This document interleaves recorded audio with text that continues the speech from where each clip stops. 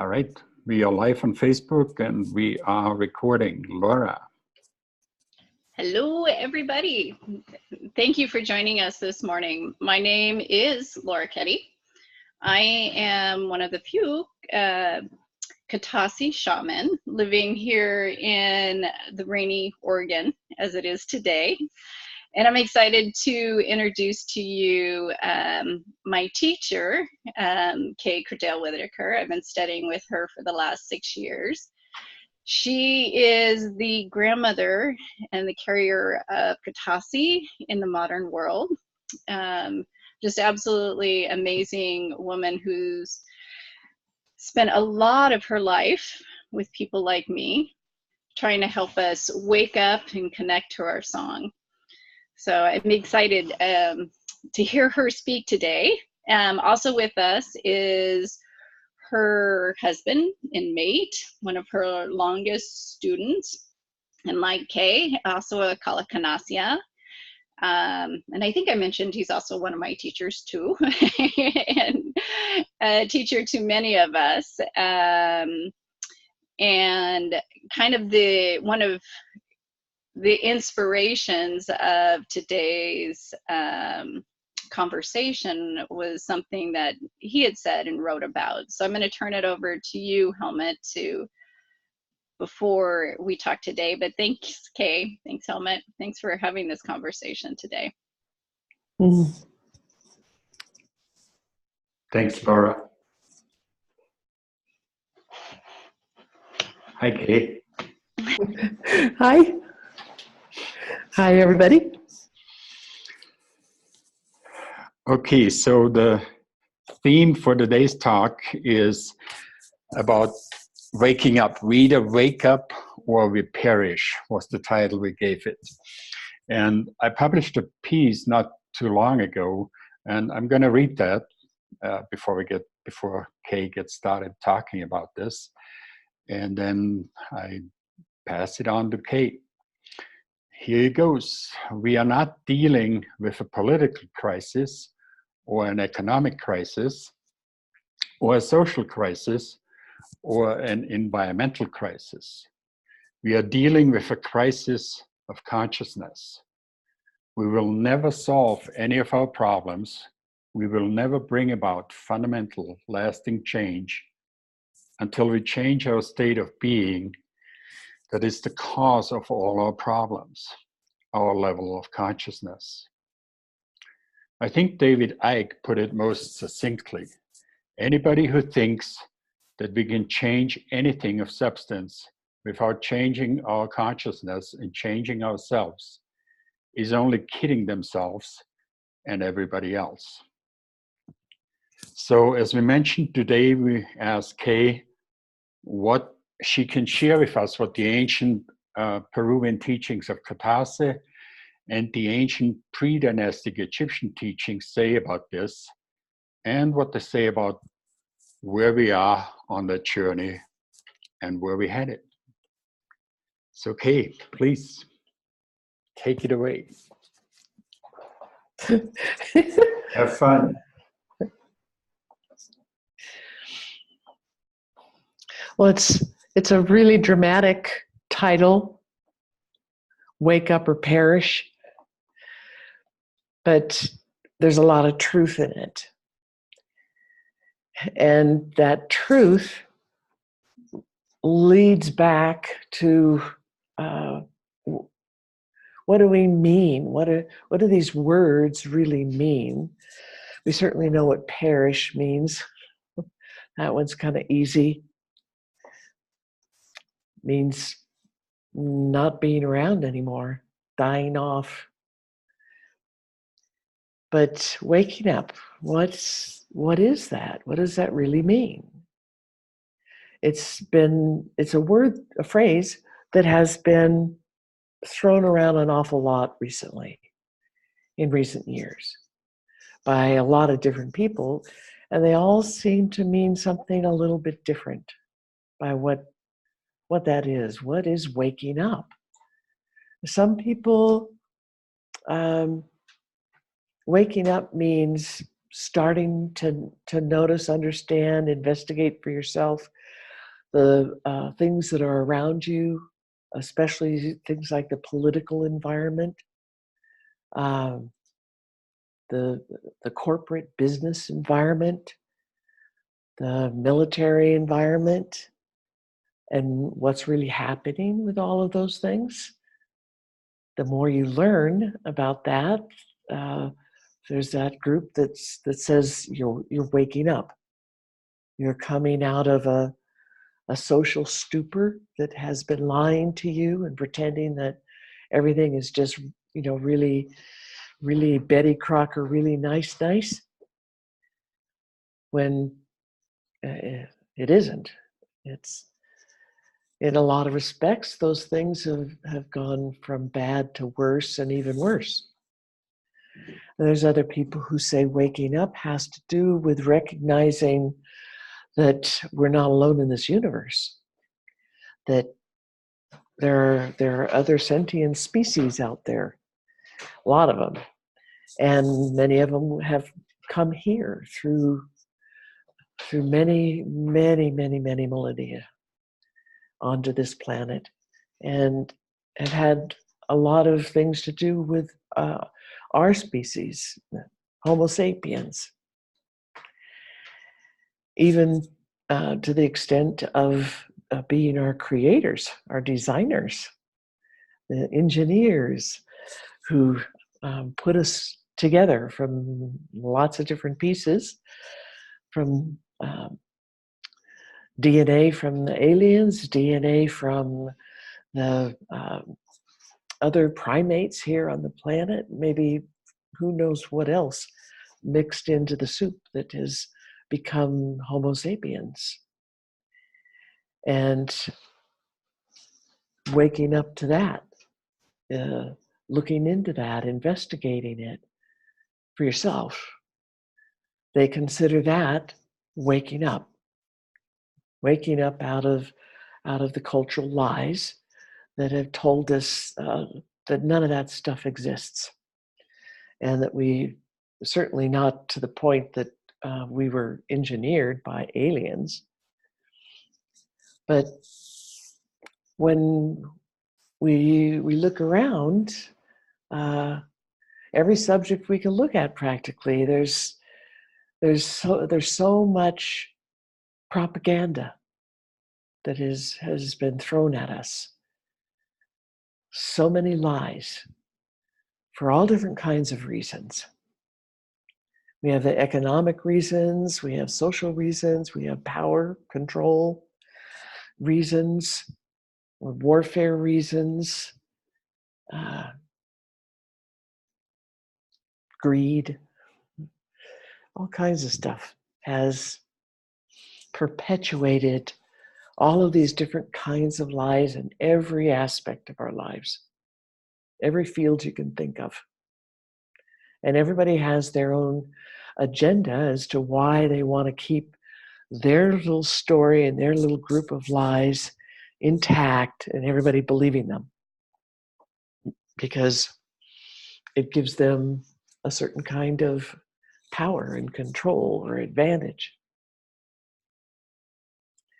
For the Hedekas, for the ancient Peruvians, and for the pre-dynastic Egyptians, waking up is all of those things, becoming a lot more aware of what is around you and what our culture is and how it has programmed us,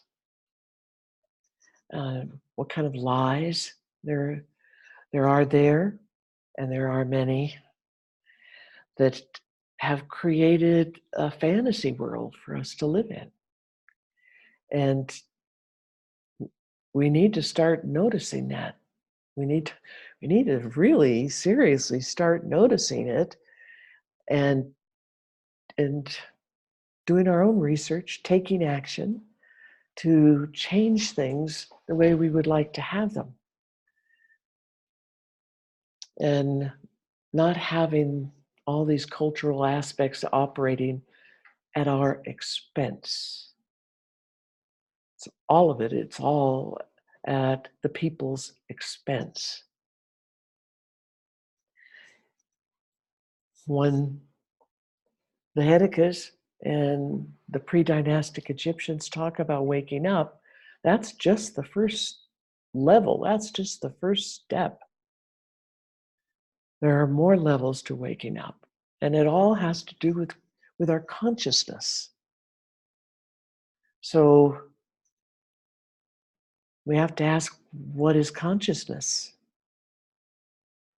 What is it? There's all kinds of ideas out there, lots of philosophers, lots of different kinds of philosophies about what is consciousness and what does it has to do with us. Do we have consciousness? Does that have anything to do with who and what we are?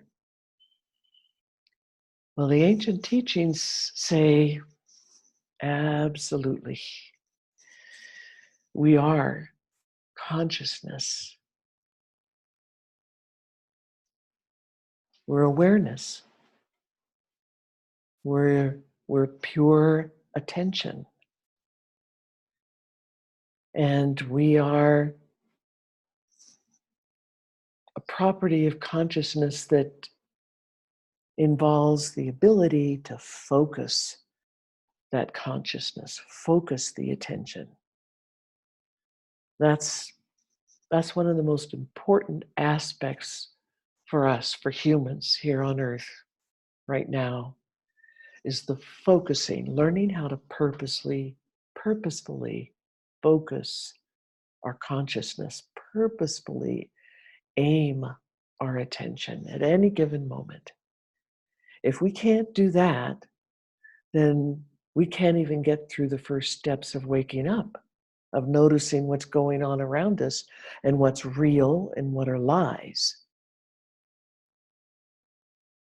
We have to be able to purposefully focus our attention. Our modern culture, which has its roots in thousands and thousands of years ago. You could actually say our modern culture kind of got birthed back then.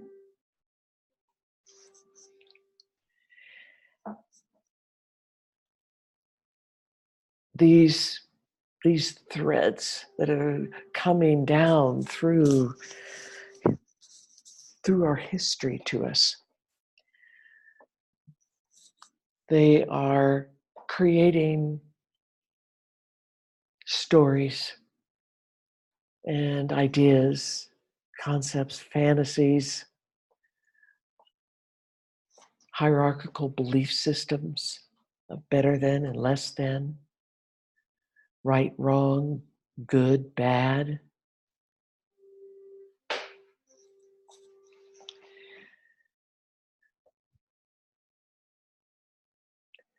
They've created a picture of our world, a picture of reality, a picture of humanity, what humans are, and how we fit in our world. And with this hierarchy, there's always something bigger and better than, more important than, more powerful than, more intelligent than, etc. So up that ladder, there's always somebody more accomplished, better, smarter, wiser.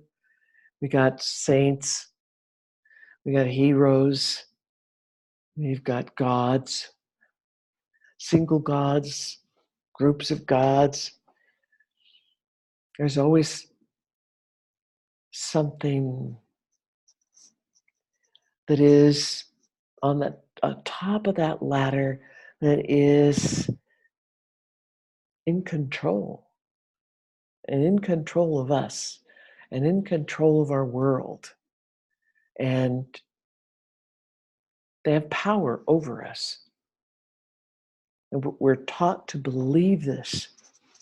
Blindly believe, take it on, no questions asked. You just got to believe it and stick to the program. And that's been handed down generation after generation for 10,000 years, maybe more. And it's gotten more accentuated. The picture has gotten bigger and more profound in terms of how it affects us and our lives and our way of thinking. It affects our consciousness. Our consciousness is who and what we are. That's what our song is. Song is our consciousness. And these affect us as a human to be able to focus our attention at anything that we choosing at the time, holding our attention there, really getting into it, remembering, thinking about it, figuring it out, feeling it with the spirit. This programming is a diminishment. It's a purposeful diminishment of our consciousness. And it's full of lies. It's absolutely jam-packed full of lies about who and what we are and what we're capable of and what the world is like. The world that we live in, the universe that we live in. What are the real realities of this world, this universe? The other consciousness. What other things are conscious? What other things out there are conscious? And how many of them are there out there? What are they like? Well, what do they have to do with us? What's their relationship with us? Our relationship with them? The lies say there's not much else in the universe that has real consciousness. There are things alive, like on our planet, like plants and animals. But science, the churches, the religions, they tell you that they aren't really conscious.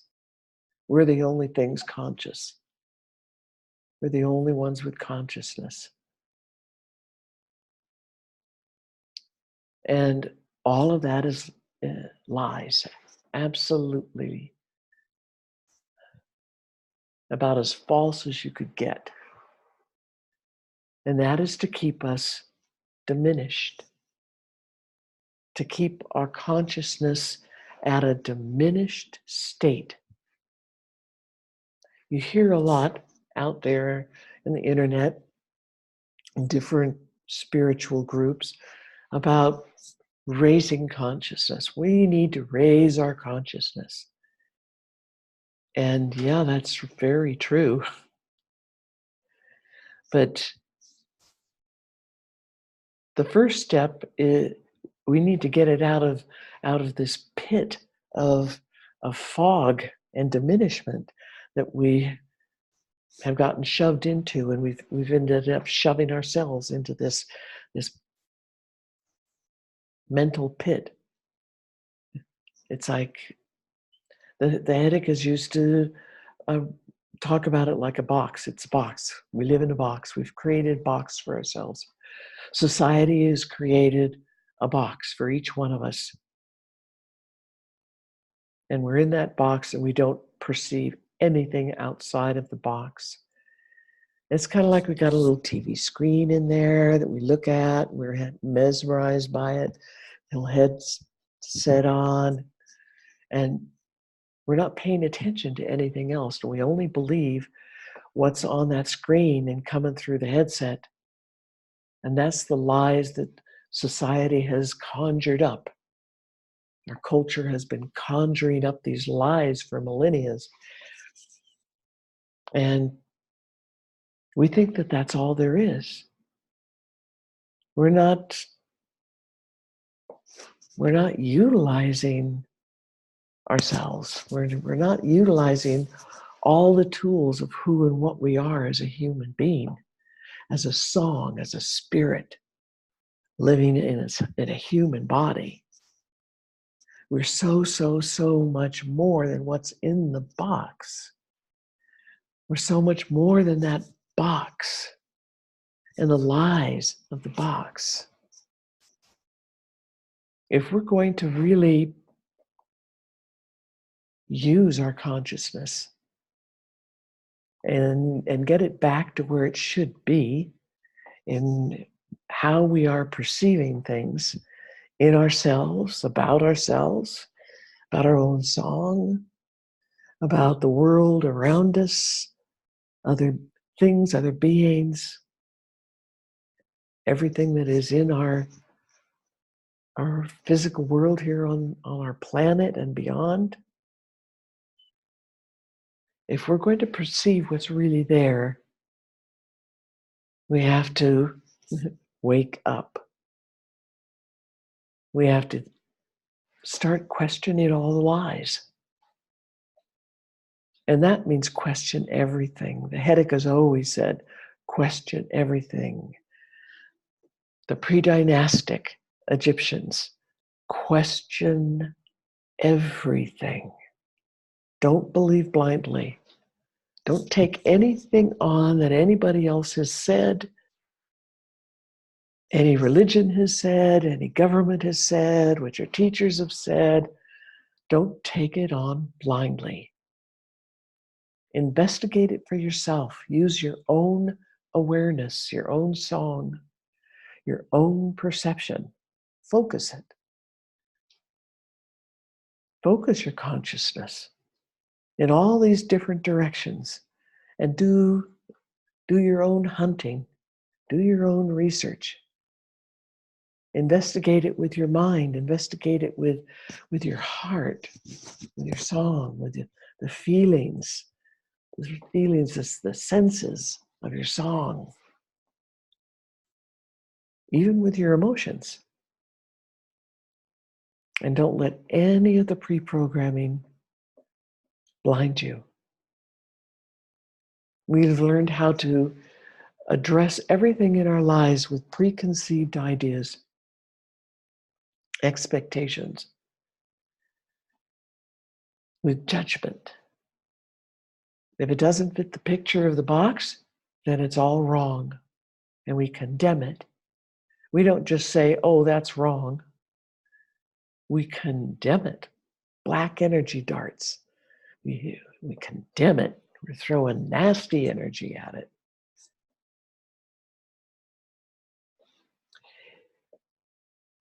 These are all learned things, learned behaviors, learned ideas, learned pictures. We have pictures of ourselves, of who we're supposed to be, so who society says we're supposed to be, how we're supposed to live. We have pre-designed pictures of everybody else that we come in contact with. Our parents, siblings, family, friends, teachers, people in our society who are supposed to be important, famous people.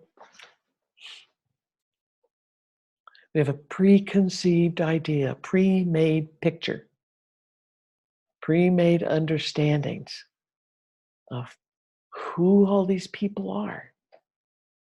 We've never given them a chance for them to show us who they really are, what they really are, what they're really like, what their consciousness is really like, what that their song is really like, what they're really capable of, the kind of insight, kind of love, caring, connectedness we're all actually capable of. When we're in that box, really the only thing that matters to us is us. I know that sounds harsh. You say, oh, well, I don't think that way. I mean, my kids are my most important thing in my life. And if you go back and look at the box, what you're really seeing and feeling and think you know in the box are pre-made pictures. All the shoulds. And they all revolve around you in the box because you're the only one in the box. That ends up making you the most centralized, most important person in your life. And it's not in such a good way. It's in a pre-programmed way.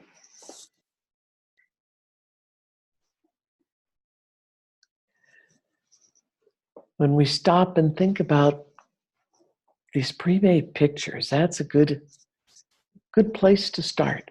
It's a good example. We have pre-made pictures of ourselves, who we are, what we are, where we come from, how we connect with the world around us, what our place is in that world, where we fit on the social hierarchy. It goes on and on. The list goes on and on. This is all information that was thought up by somebody else a long time ago, passed down for generations, and has nothing to do with who you really are or what you really are or what your relationship is to those people around you, your kids, your mate, your parents, your family. Doesn't have anything to do with any of that because they're all lies.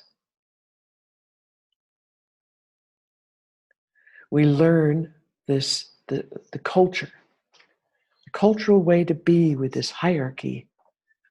And as you go up the hierarchy, you go up the ladder, you have power over whatever is under you. You are better than whatever is under you. The goal is always to get another ring up the ladder, another rung up the ladder. Be better, be more important, be more favored by other people, looked at as better.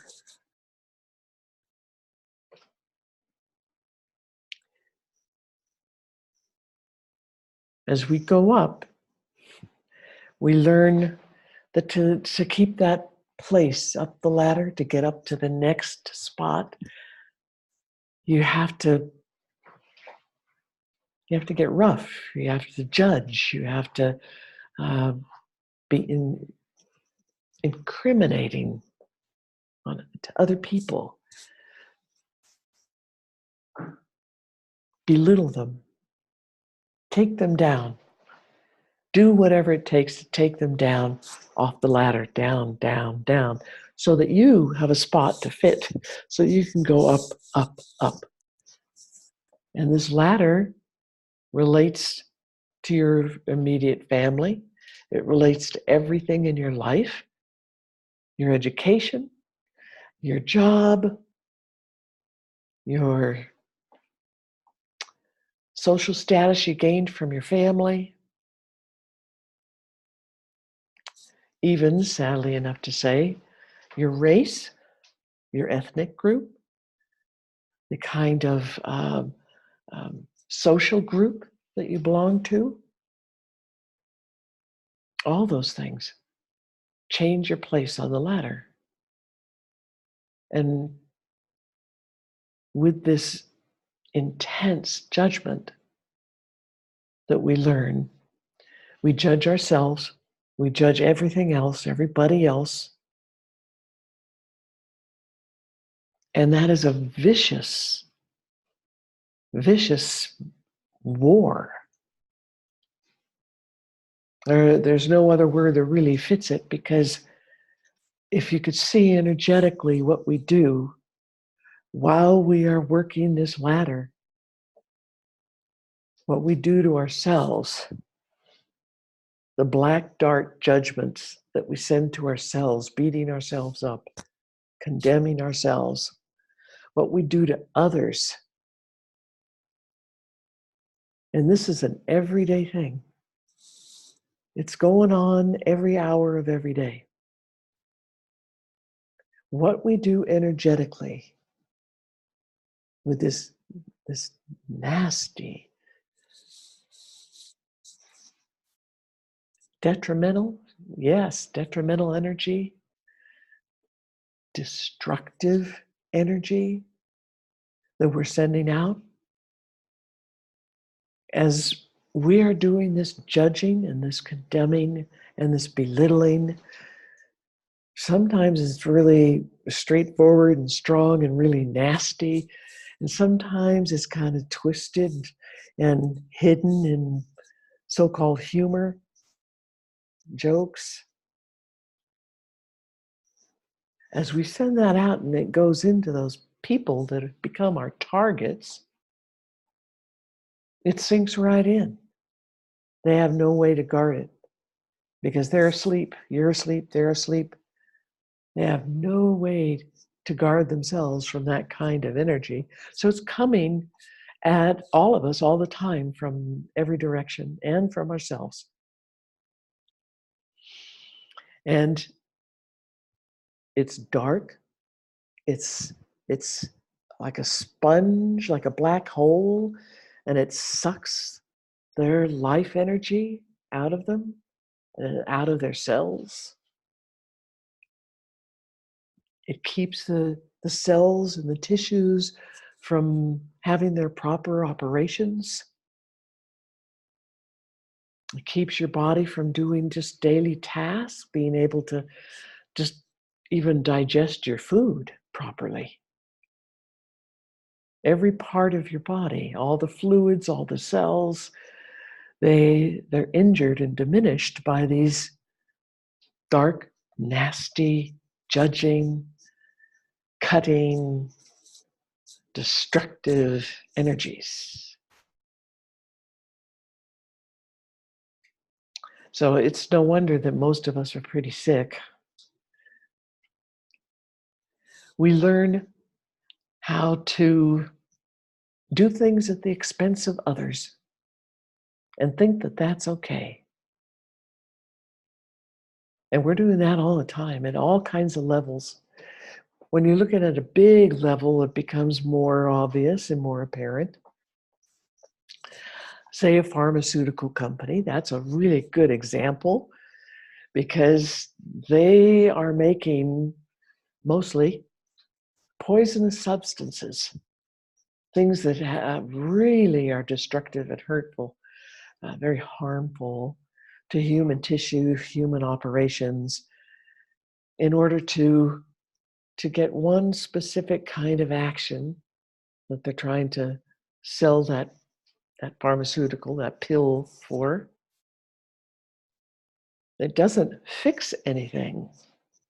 What they make doesn't heal any of the problems in the body. It's a Band-Aid. They're all Band-Aids. They pretend to make something better for a while. They kind of make the pain go away for a while. They make this particular problem in the body, this chemistry problem, electrical thing, go away for a little while. It's always temporary. It's just a Band-Aid. Meanwhile, it has lots of bad side effects. And that pharmaceutical company, especially the people at the top, the ones that are running the whole thing, they're making billions of dollars.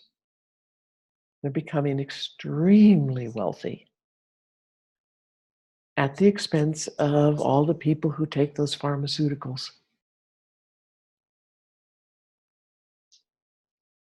That's a really, really ugly picture. But it is a picture that is repeated through our entire culture. You see it in government. You see it in the military. You see it in industry.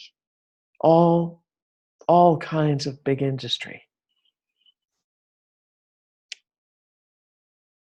In order to make huge, huge amounts of money for a few, they feel like they have to do it at the expense of others, other human beings, and other, including plant life on our planet.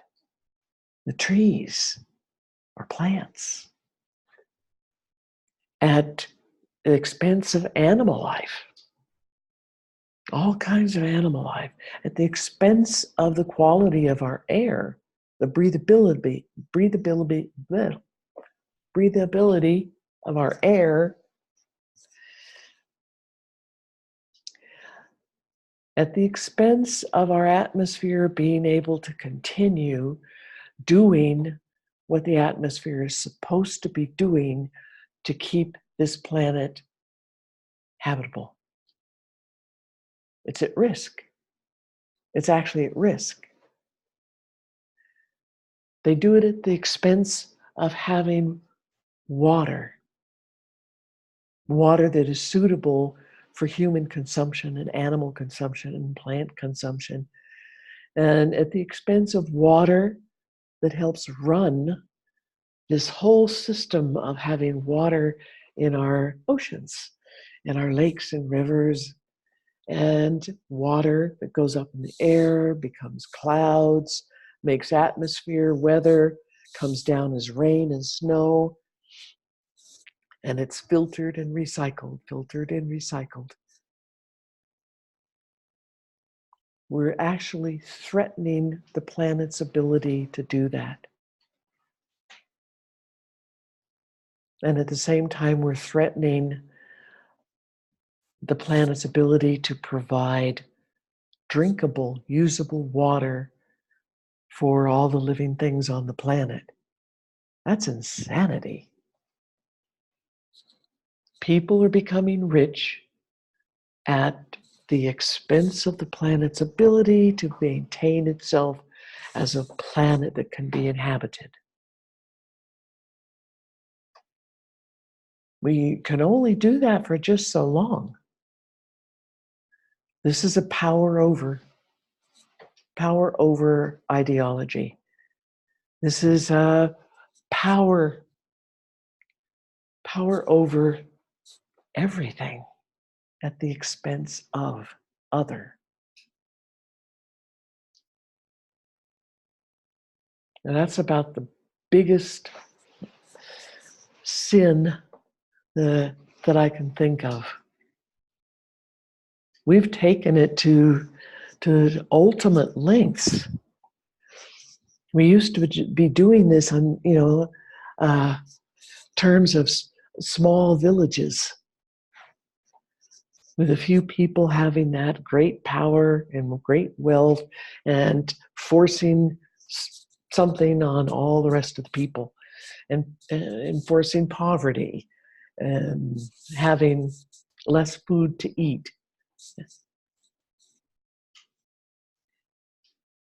And now we've just kept having this whole dynamic grow bigger and bigger and bigger. It encompasses the whole planet. It's about every single thing that we do on this planet. Every kind of physical operation, the biology, the physics. It's reached that far. We are threatening all of our lives. The people who are doing this, they're obviously still asleep. The ancient Egyptians, the Hedekas, would say, these people are really asleep. They are still living inside their little teeny box with their crazy, crazy pictures and ideas, their beliefs, their blind beliefs that they could do these things and get away with it, and everything's going to be okay. That everything will still just keep running along, rolling along. The planet will still be the planet and livable. It's just that all those poor people are going to die off. But that's a lie. That picture is a lie. So waking up means waking up out of all of the lies. All of these lies about what we have been believing, what's been passed down to us through our ancestors for so long.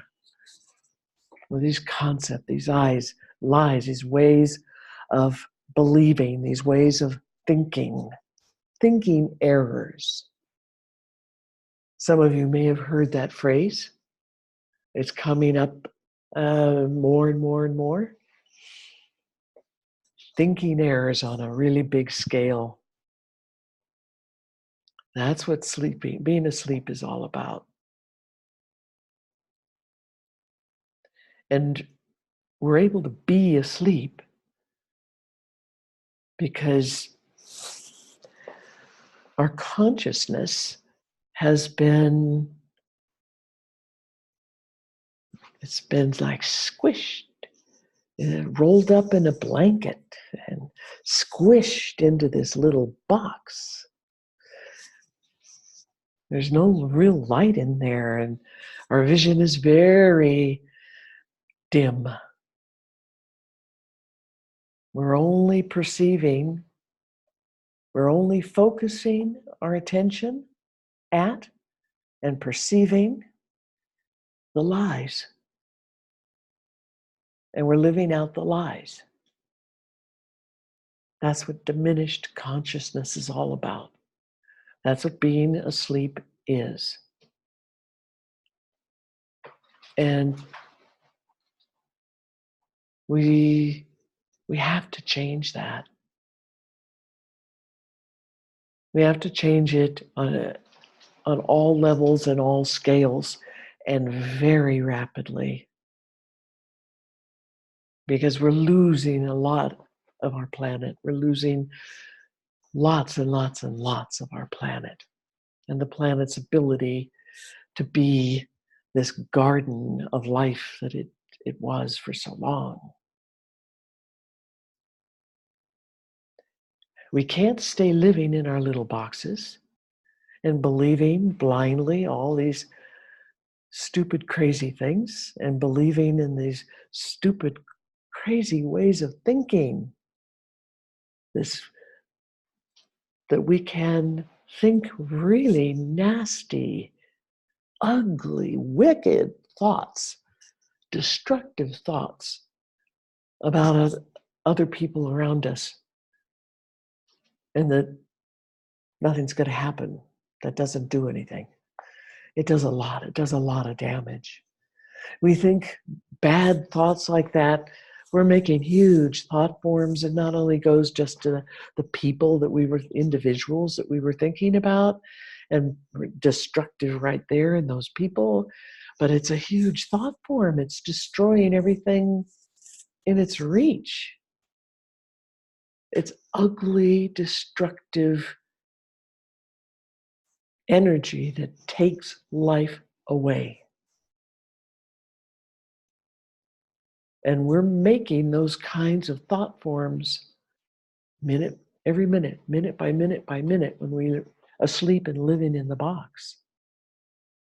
We think ugly, bad, nasty thoughts about all kinds of inanimate things, like, well, the one that Damano used to say, toilet paper. He loved toilet paper. He thought that was a very funny product. And says a lot about our culture. But you can't even go down the aisle in the grocery store where the toilet paper is, and you're about to buy your favorite brand. You're looking for it through all these other brands down the aisle, and you're condemning other brands.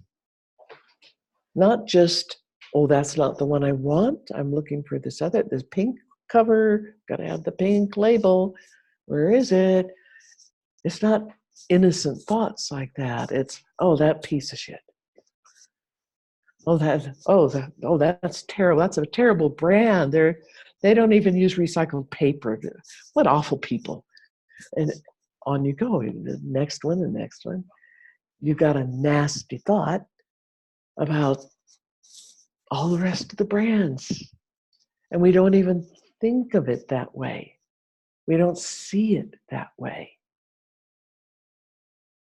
But we've been taught, we've been trained, we've been brainwashed to think this way. Very ugly, ugly way of thinking. And we think this way about almost everything. Driving your car on the road with other cars and the freeway, and that's another good place to see the picture. People, so many people, they hop in the car. It's like all the good things about humanity that they've been learning or taking on or trying to be is out the window, and they're thinking nasty thoughts about all these other drivers and why they're not doing all the things that they want them to do. Why they're going in this lane instead of that lane? Why didn't they use their blinker? And we cuss at them, and we throw the finger at them and scream at them. People roll the window down and they're yelling and screaming obscenities at another driver.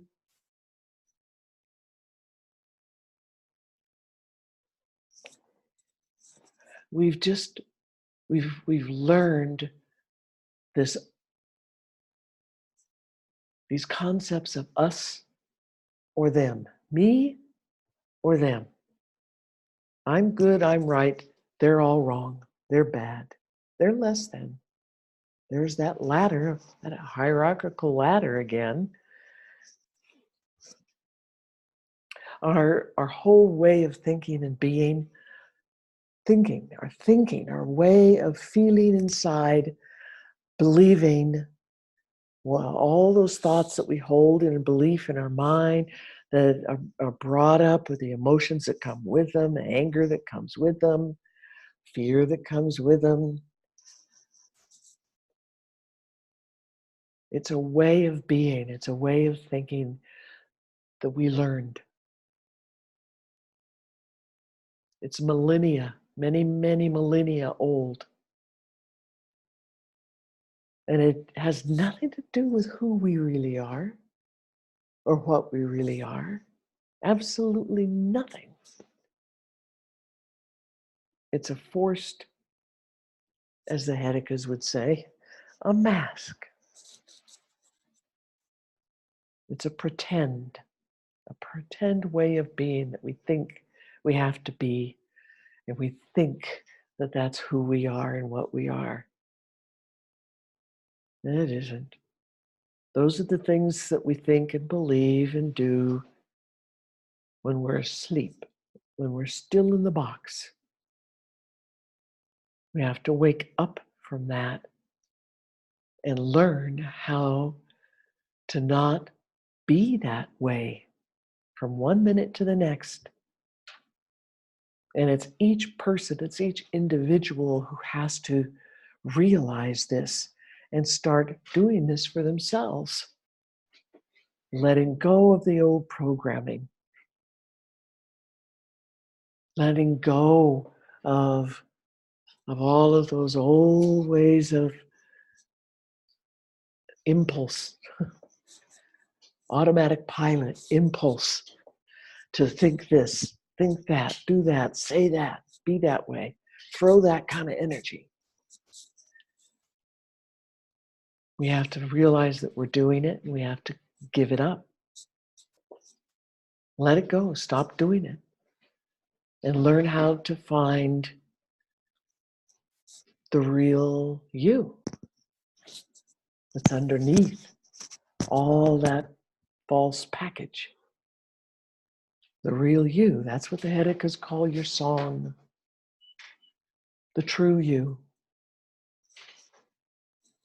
The ancient Egyptians would say You have to realize what your high self is and let your high self influence your middle self and your lower self or your subconscious,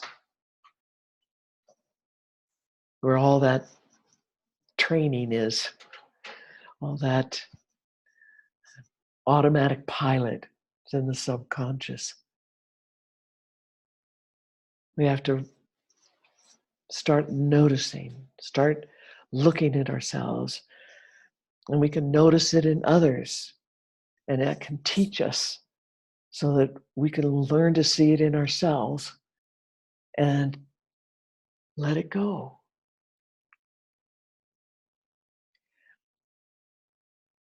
When we begin to peel it off, to let it go, to really take our consciousness, we want to take control of our own consciousness. Right now, the programming, the box, has control of our consciousness.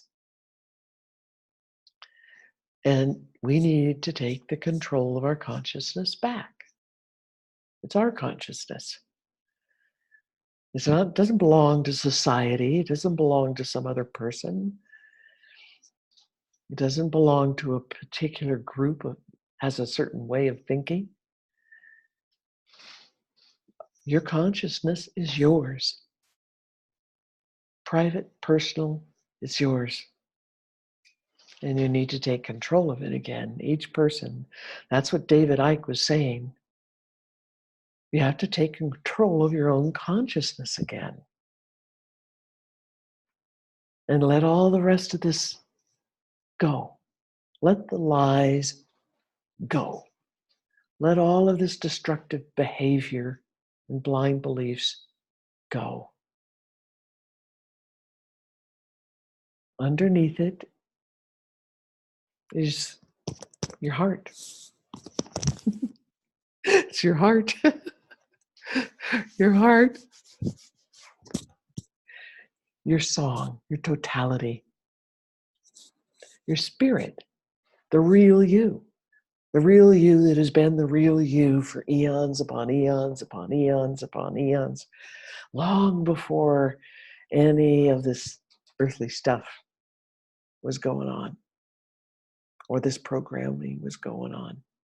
Many eons before that. Your song, your spirit, is extremely old and extremely vast,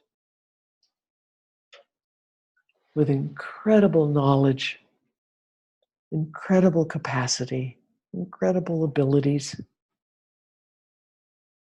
We have stifled all of that.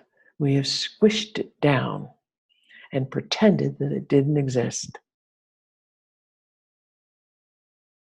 But it really does, because that's who and what you are and what you always have been. There's so much beauty and so much unconditional love, so much creativity and passion for life, aliveness,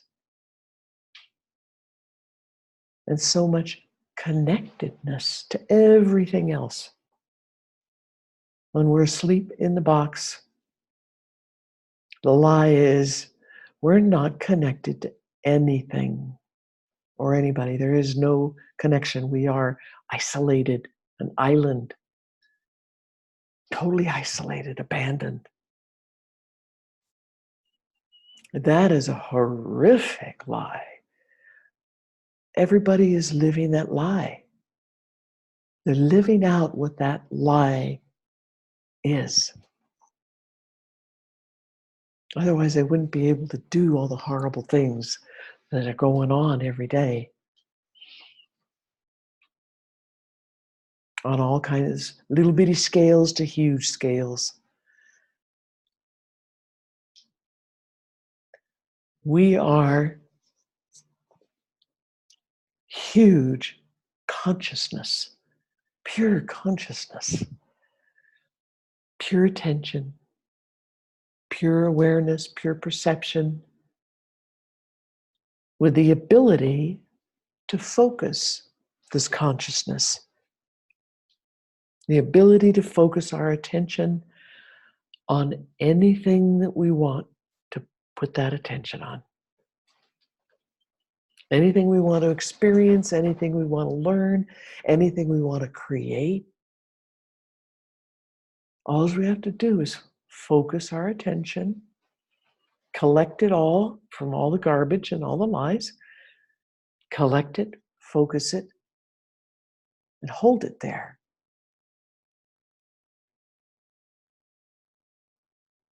We learn how to do this in the Heidecker's ceremony of finding your own song. It's a beautiful ceremony. It's beautiful. It's very simple. It's one of the most simple ceremonies that I know of. And it's easy. It's really, really easy.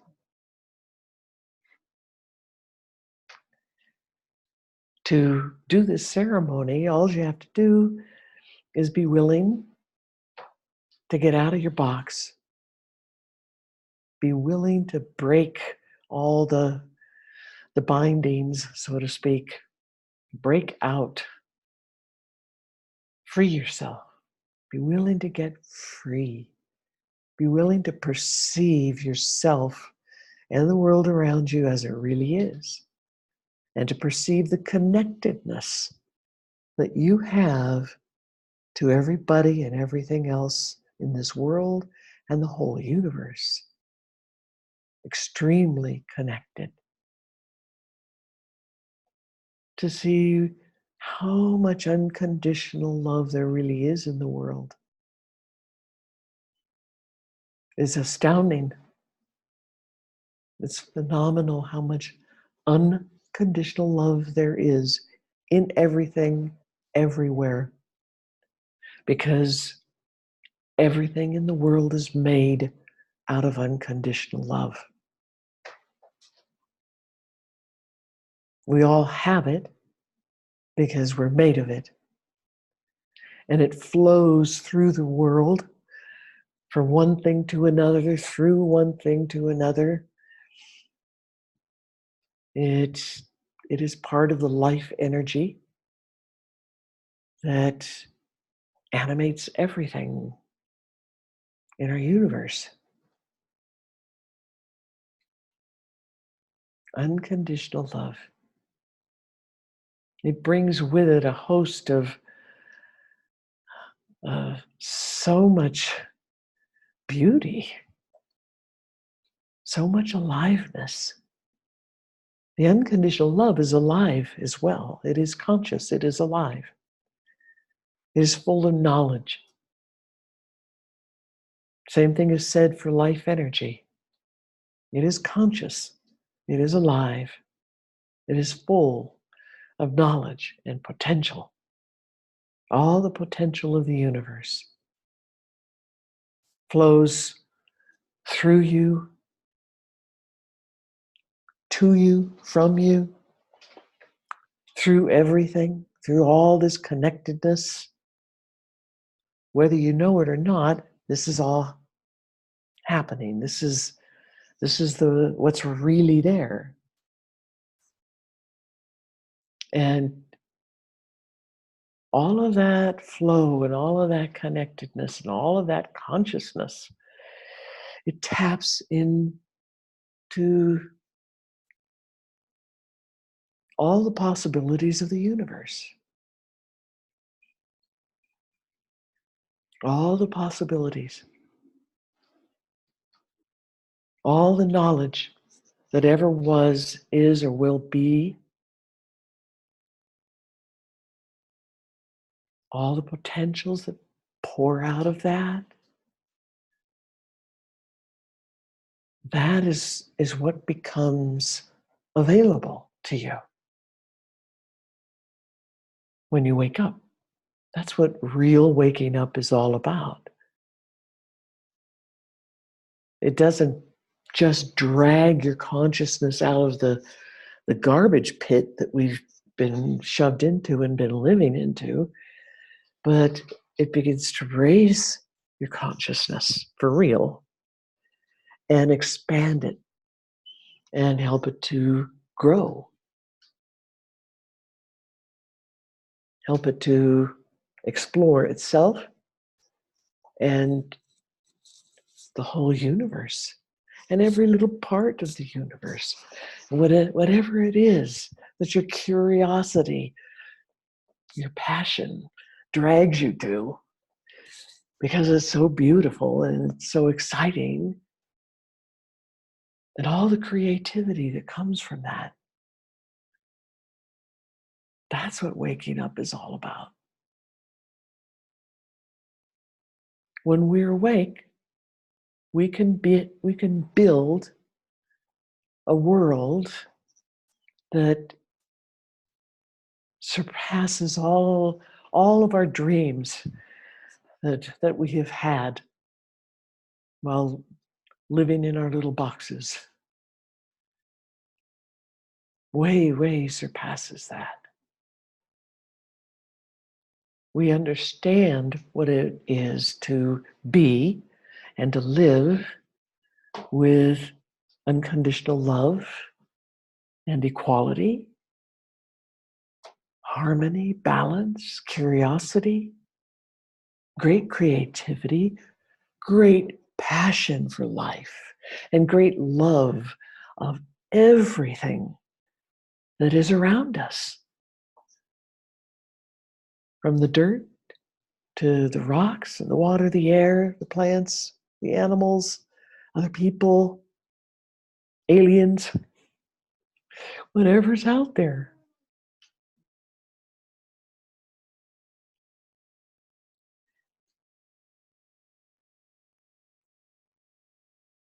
We're able to perceive those things for who and what they are.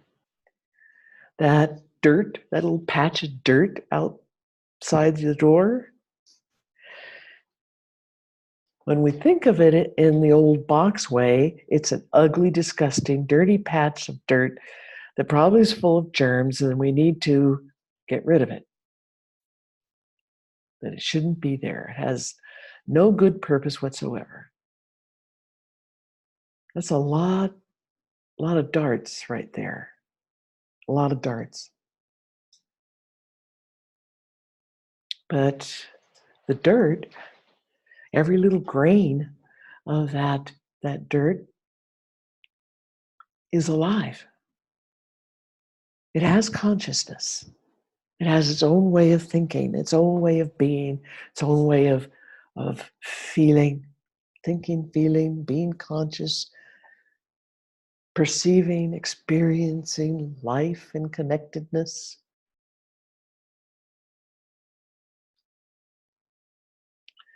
It's part of the dirt, the soil, that has the capacity to grow plants, that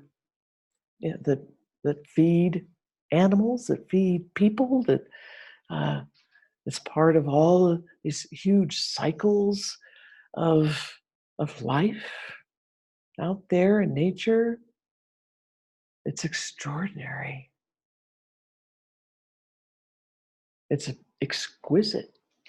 If you could see it from the energetic perspective, to be able to see on all those levels,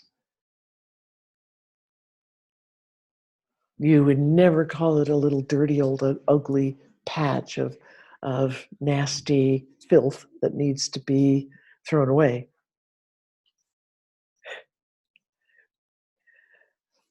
When I was studying with the Hedicas, we were at the beach in Santa Cruz, kind of away in the sand dunes, away from the water and away from the people. And the sand was sort of mixed with dirt. It was kind of like sandy dirt where we were sitting.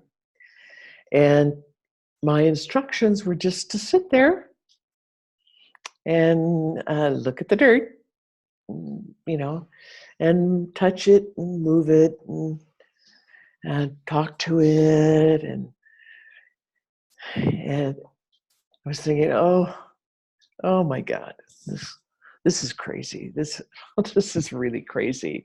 And this dirt doesn't look sanitary either. It's the waves have been, you know, brushing up on it, depositing who knows what.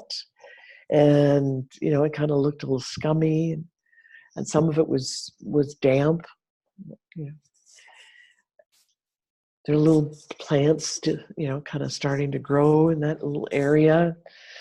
And so I did my best. I kept having to go back in my song, get back in your song, because my mind would start complaining and talking to myself about the dirty, ugly filthiness and germiness of this dirt, and when we shouldn't really be here.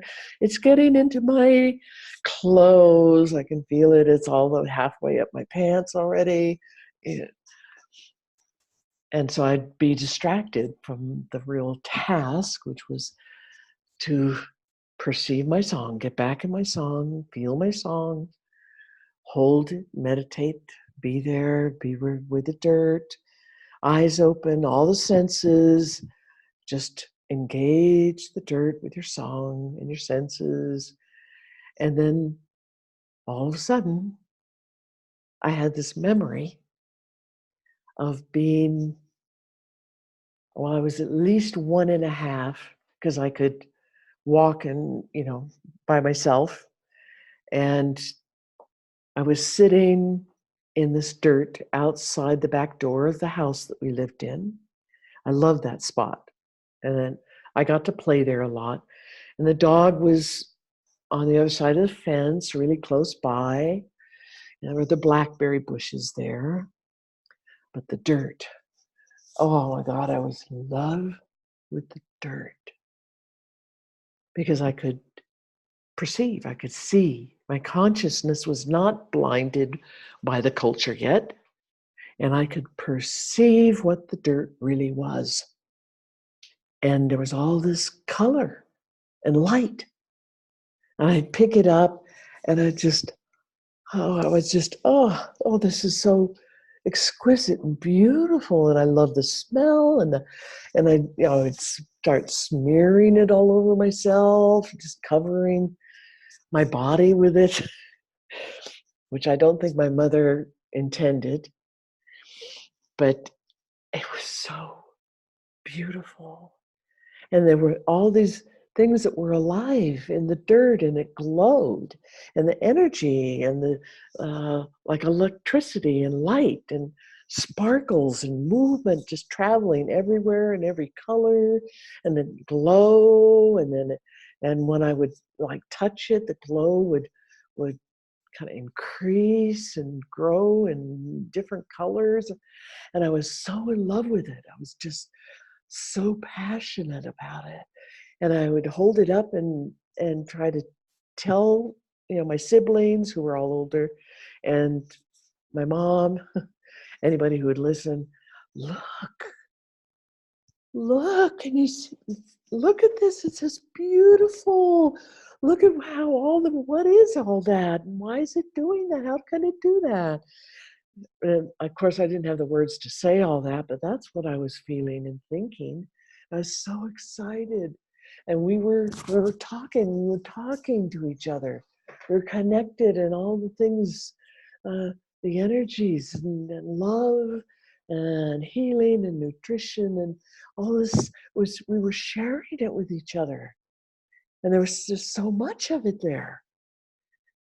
And of course, I got in trouble because I was digging in the mud way too much more than I was supposed to, and I had it all over my clothes, which were probably fresh out of the washing machine.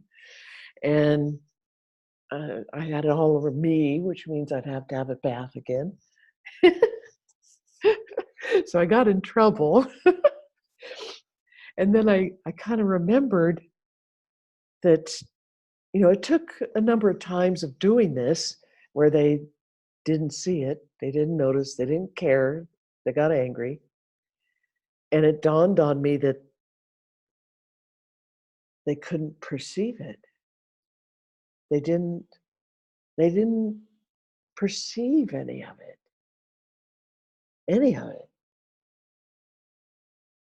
And I was stunned. So I stopped trying to show them or tell them, but every chance I got, going back and playing in the dirt like that, I did. And talk to my friends in the dirt, go visit my beautiful, loving friends in the dirt.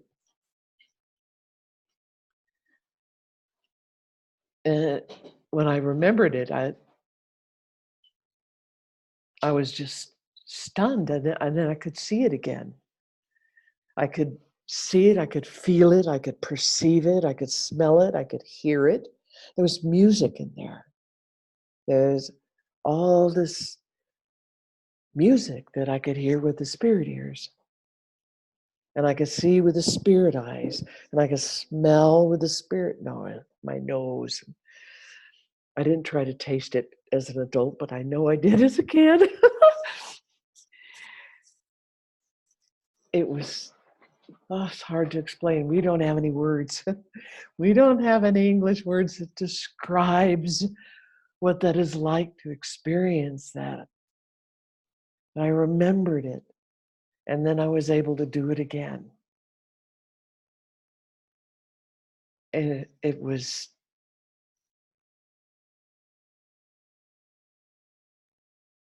that's who and what we really are.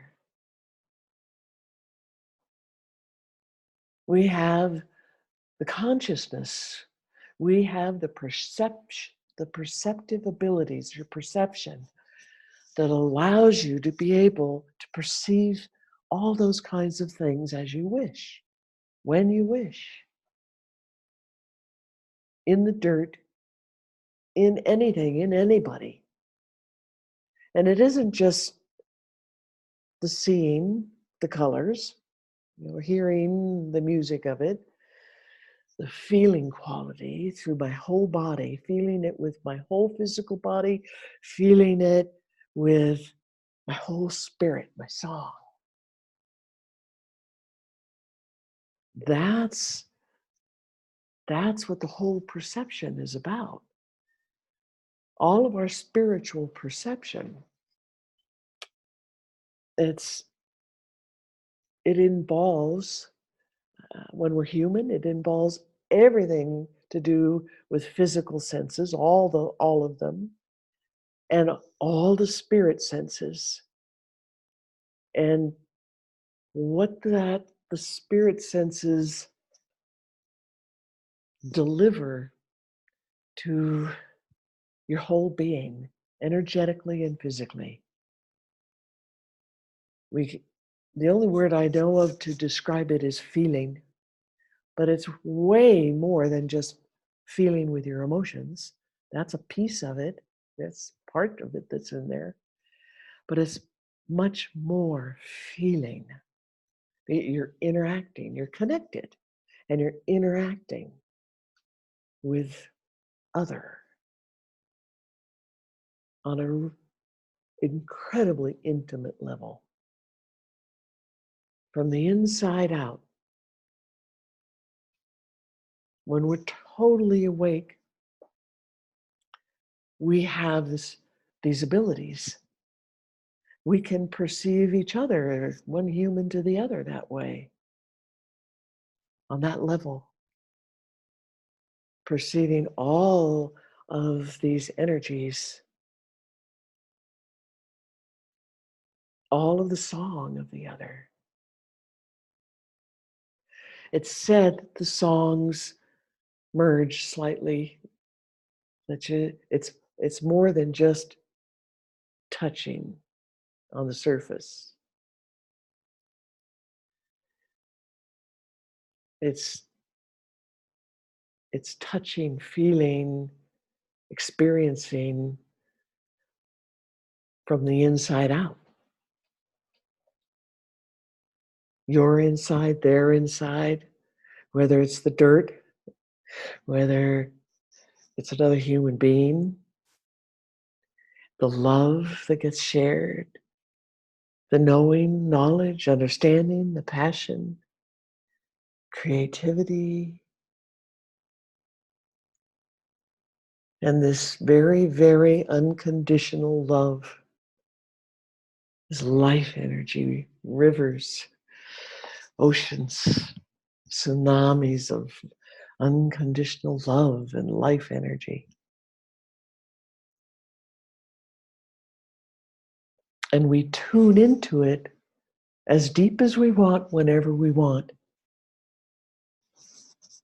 without any of the hindrance of the cultural lies, our indoctrination, without any of the distortions that that indoctrination inflicts on us.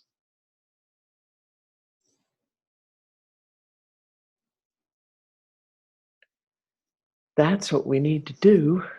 That's waking up. And it starts with starting to question everything around you. Starting to notice that we're living in a huge, huge ocean of lies. Lies and blind beliefs. Blindly held beliefs. They're all lies. And that allows us to create the kind of world that we have today, that is lacking in real, true, unconditional love. It's lacking in aliveness. It's lacking in passion and excitement. It's lacking in excitement for life itself. It's lacking in the connectedness. When we're living the lies, we don't notice we're connected. And so we end up doing all kinds of things that injure other and injure ourselves. We have to wake up. It's time. And this time that we're in has been predicted for thousands and thousands and thousands of years. The ancients knew that we were going to enter into some seriously dark eras, that we would enter into a kind of diminishment, that we would be diminishing our own consciousness, our own perception, our own understanding, live in a sea of lies. They knew this. The Predynastic Egyptians talk about it. Hedekas talk about it. And they knew that this era, this dark ages, really, really dark ages era, would come to an end. And that we would have to learn how to give up our addiction to it, and how to be and think differently, how to wake up, how to retrieve the knowledge, understanding, and experience of our own song and our connectedness to all the other songs and all the abilities that come with waking up.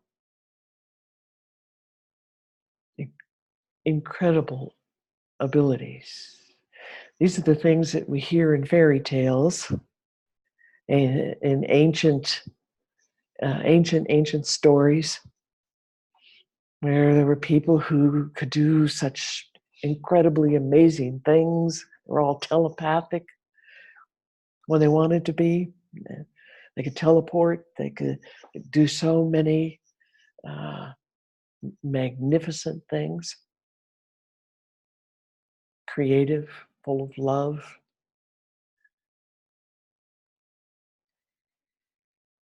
They knew that this era was going to come. And they knew how to tell when it was going to be here.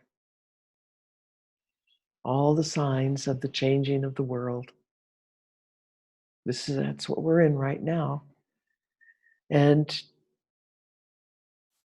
we have gotten over a certain kind of hump on the road, but it's not the end of the road. And quite literally, we still have the ability to annihilate our species, along with many other species on the planet, and to harm the planet in ways that are unthinkable. We still have the ability to do that. More people need to wake up. All the people need to wake up and fast. It doesn't have to take a long time. You know, we hear these myths, these lies about how really, really, really long it takes to get enlightened. And you have to live many, many, many lifetimes, each time with the intent to be enlightened, to learn how to wake up, to be enlightened. And it's going to take you all this time. It's so difficult to do. Well, those are lies to keep you from doing it. That's just more of those cultural lies. We can wake up extremely rapidly if we choose.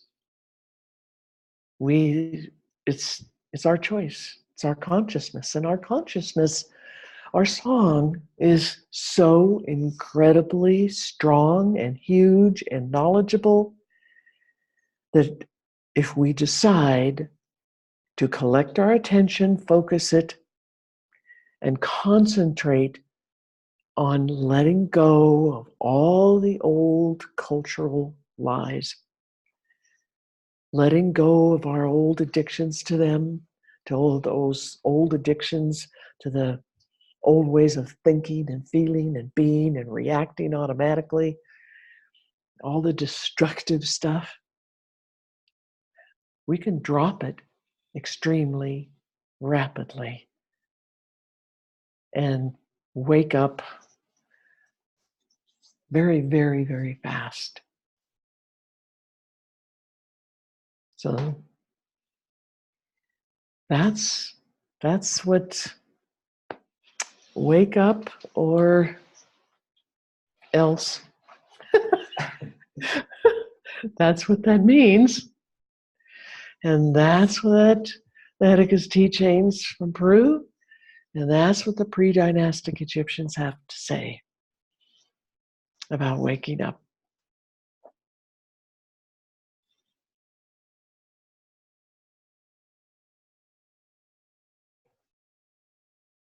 Wow.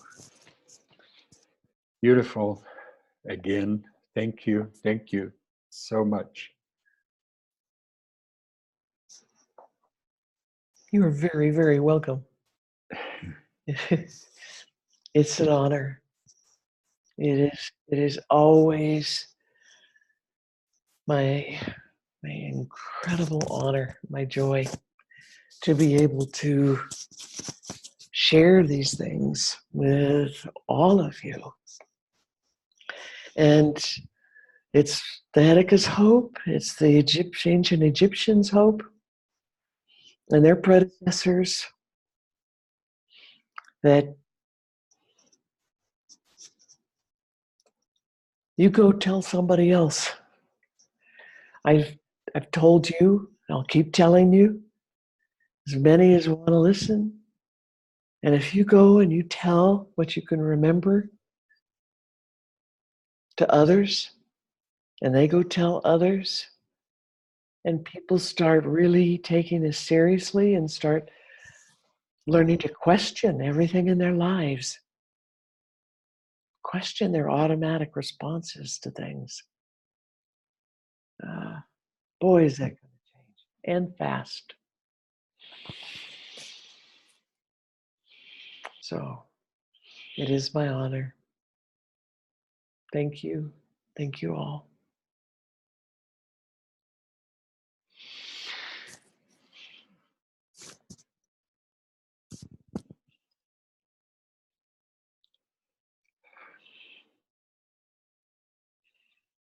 Okay. Oh, dang, you made me cry again, Kay. Okay, that was awesome. You're not supposed to do that. Is that a supposed to? Yes, Yeah, it was. should Kakatasi.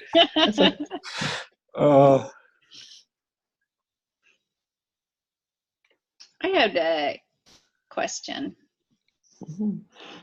and I don't assume. I think I know the answer, but I like the way you, instead of saying the answer, I'd rather you answer it. How do we see the truth? There's so much misinformation out there. You know, it's I noticed in my adult children, they're very leery about anything. Yet they, you know, they question a lot, which I love, but it's still hard to, you know, there's experts, you know, in everything. And so how do you know, and I'm a big believer people are an expert to a certain point, you know, that they study things until they get the answer they want. So, you know, how do we see truth or no truth? That is a superb question. What the Hedicas say is that when you feel your song, you find your song, you feel your song, you do that song ceremony,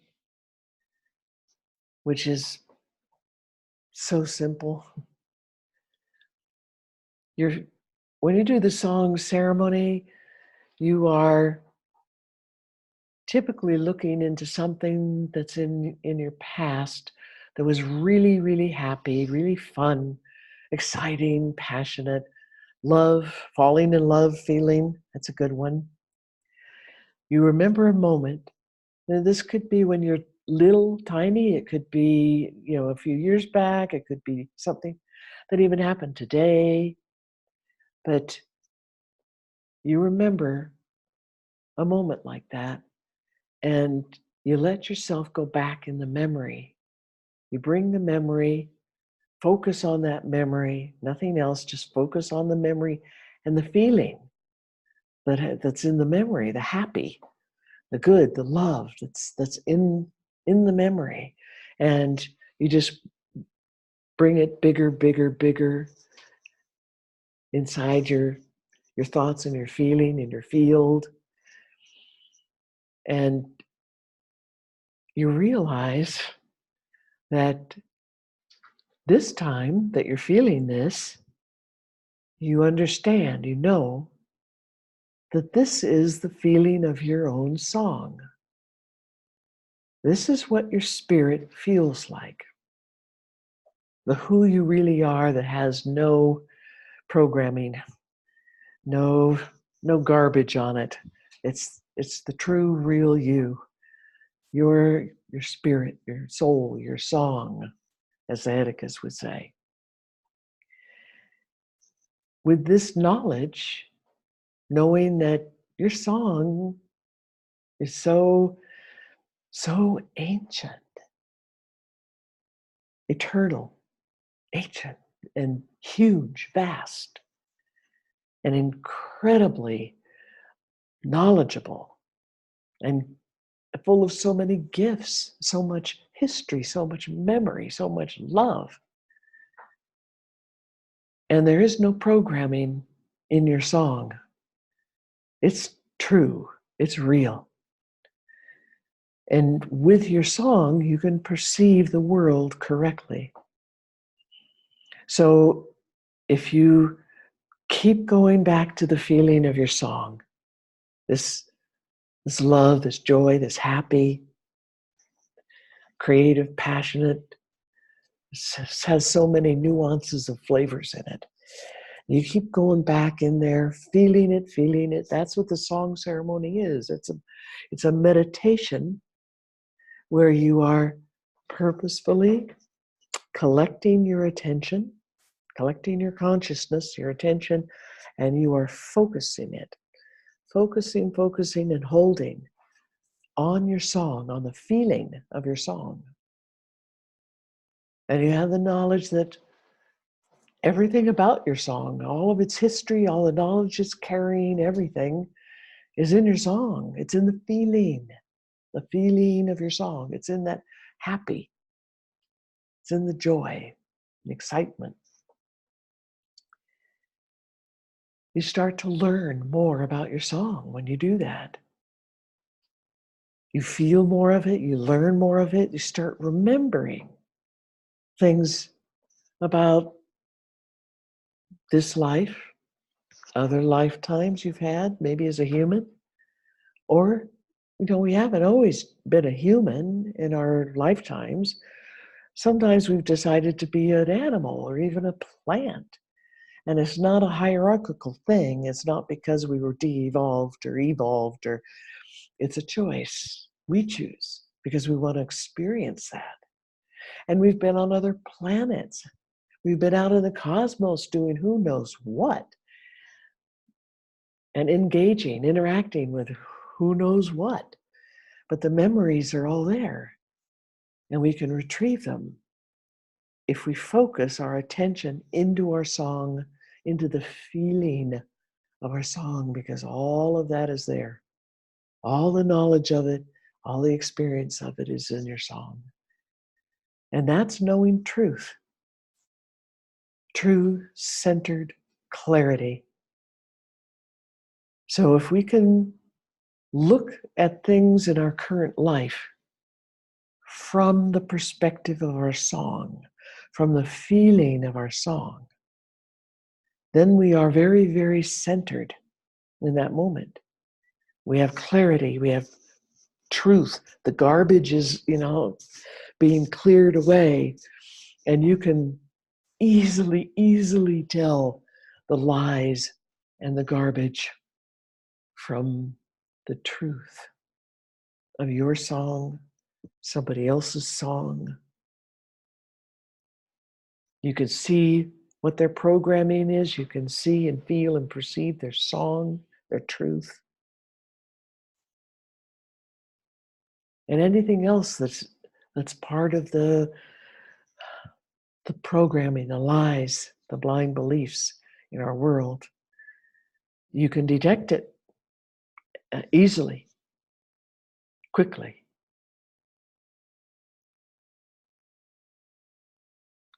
That's why the Hedekas did the song ceremony all the time. That was the very first ceremony that they gave their kids, and they gave it to their kids when they're really little, so that they know their song and never forget it. And they learn this ability to compare real truth, real song from programming and lies. I hope that helps. That's awesome. That was, yes. Thank you. Thank you. That's a really, really, really good question. There's a lot of news.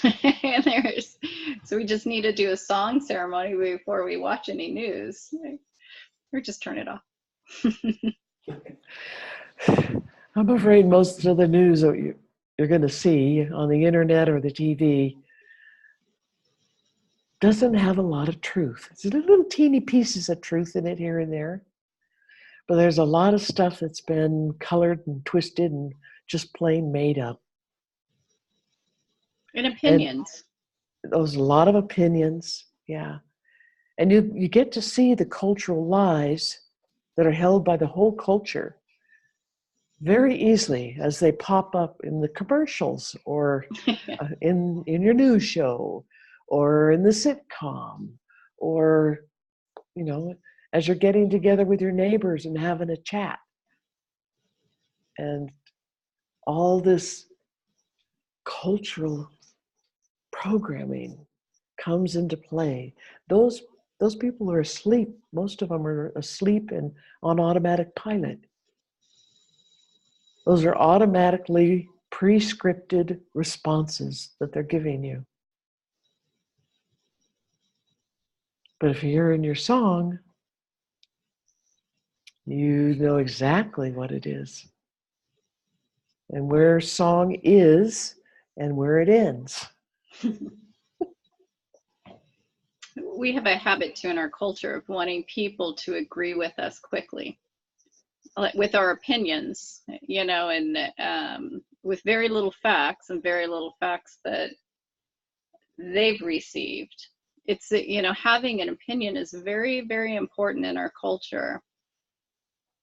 And I think it was throughout Katasi, we study the no-nos, the no blind beliefs, but I think it was level 3 we really go into that more. And it, you know, it was, I think at that point, really digging down it further into the blind beliefs that gave me the opportunity to not have opinions for the first time.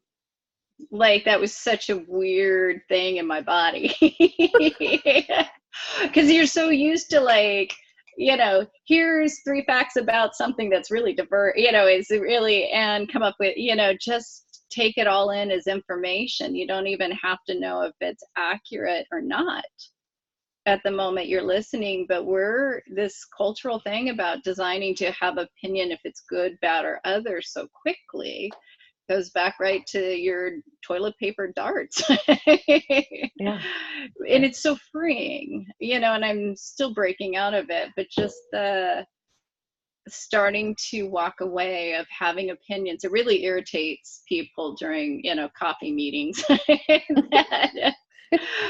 I think that my peers, you know, the few I still have coffee with, are getting used to the fact that I just listen, you know, that I might not nod my head in agreement. I might just be listening. And it's, you know, it's probably why I have less at coffee meetings. I think it makes them uncomfortable, but it's freeing in my personal body. I know that. And I am so grateful for you guys, you know, for the teachings and Damano and Chia and everybody, because that feeling in my body was huge to my personal health. Just letting go of it. It's strange. I mean, it's probably not, yeah, further you go, it's not strange at all. But that the fact that, you know, not having opinions can actually physically heal you.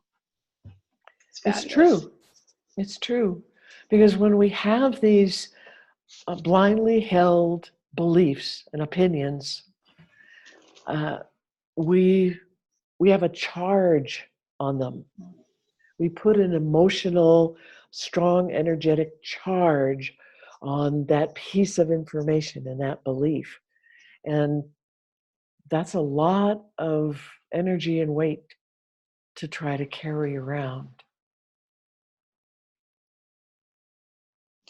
So if we give up our opinion and we just take this information, like you mentioned, it's just information. It's a piece of data.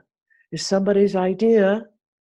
And, you know, maybe there's a fact in there somewhere, maybe not, it doesn't matter. But we just file it away in our interior library as that piece of information about that subject. It doesn't, we're not saying it's true, and we're not saying it's a lie. We're just collecting data. So have all those blind beliefs, let go of their charge. Just let go of the charge. And hold it as a piece of information that you came across one day. It may or may not be true, and it might be interesting or valuable later when some other information comes up. But to hold it as some kind of absolute truth that you will fight for, you will argue about, and you'll fight for, that's holding a lot of weight and a lot of charge. And it takes its toll. You're totally correct about that. It takes its toll on your body. It takes an emotional toll too. Thank you. Thanks for answering my questions first. We do have other questions. Did you want to read them, Helmut? Or do we have time for more questions? Yeah, we should read them. I got a couple of questions too. Okay. You muted yourself, Laura, I think. Oh, I saw. I'm sorry. I guess you can have some questions too. Thank you. You're welcome. What you just talked about, you both, it reminds me of what you and I talked about recently, Kay, that one of the bigger challenges that keeps us, humanity, as humans, from waking up is that we're so full of ourselves.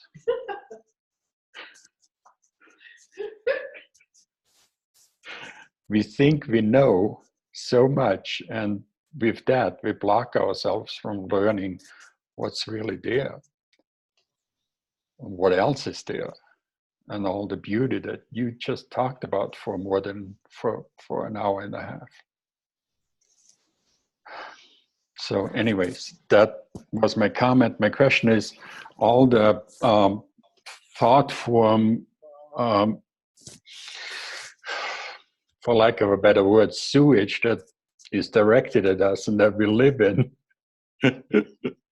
How do we? That's a really good word. I like it. How do we protect ourselves from it? That's what my first question. I muted you. I might steal that phrase from you, thought form sewage. Okay. I don't think that has come up before. That is a good one. It is so perfectly descriptive.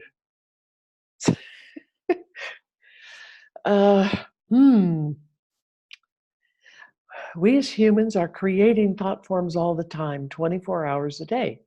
And it's part of being human. It's part of who and what we are. And how the physics of who and what we are operate.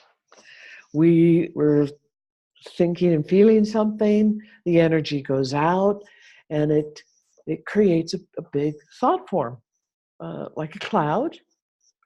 Sometimes it could take different kinds of shapes. It can be like giant darts, gun firing, it could be sparkles. It could take all kinds of different shapes, but the energy goes out. It's full of the information of what you are thinking and feeling, and it takes up space out there. An awful lot of that is sewage, but there is also a big part that is necessary for how we live our lives here as humans on the planet and how we communicate. So an example is that we have thought forms, excuse me, about letters of the alphabet, what they are, what they mean. That's useful to us. That piece of information is useful. We tie into thought forms all the time as we are starting to think about a certain thing or talk, or we're reading about something. We call up the thought forms that are relevant, and it becomes part of what we are thinking, how we think. We look into the thought form, we feel into it to find information about what that is. So we have thought forms about our words, complete with the definitions of how these words are used, especially current definitions. We have other kinds of thought forms that are very helpful and useful, and we have thought forms full of love. We have thought forms full of sexual energy, and maybe we're sexually attracted to the person on the other side of the room, and we're kind of thinking about what would that be like, and who's this person, what are they like, and wonder if they notice me. And that thought form goes straight to them. That's another thing about thought forms. If you're thinking about a person, it goes straight to that person, whether they're right next to you, they're on the other side of the planet. It goes straight to them instantly. And it surrounds that person. Very often the other person notices in some way, that maybe not very consciously, but maybe they start thinking or feeling some of the things that are in that thought form. I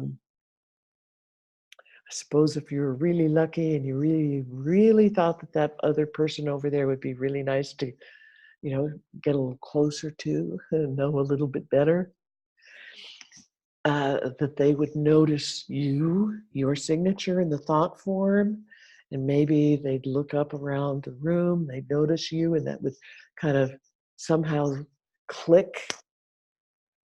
Most of this happens on an unconscious level for most people who are still asleep.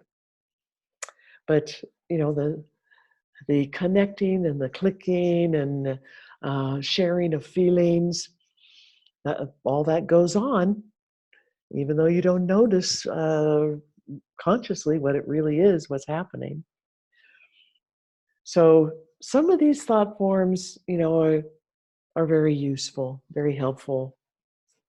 But for that sewage, this ocean of sewage out there, there's so much of it. There's so much, and it's so intertwined with everything else. And when you get to areas of denser population, you're more likely to find a denser ocean of thought form sewage. So the best way to not be affected by it is to know who you are.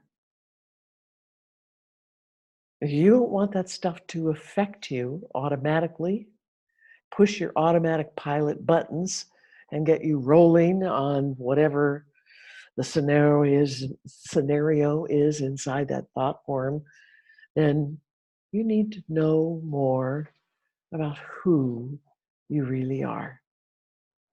The who and what. And that's your song. Most of us are identified because of being programmed by the culture and lied to by the culture. We are taught to believe we are all kinds of different labels. I am so-and-so's daughter. I'm so-and-so's sibling. I'm so-and-so's wife. I'm so-and-so's mother. I am a teacher of such and such a subject. I am a writer. All these labels. I am an honest person.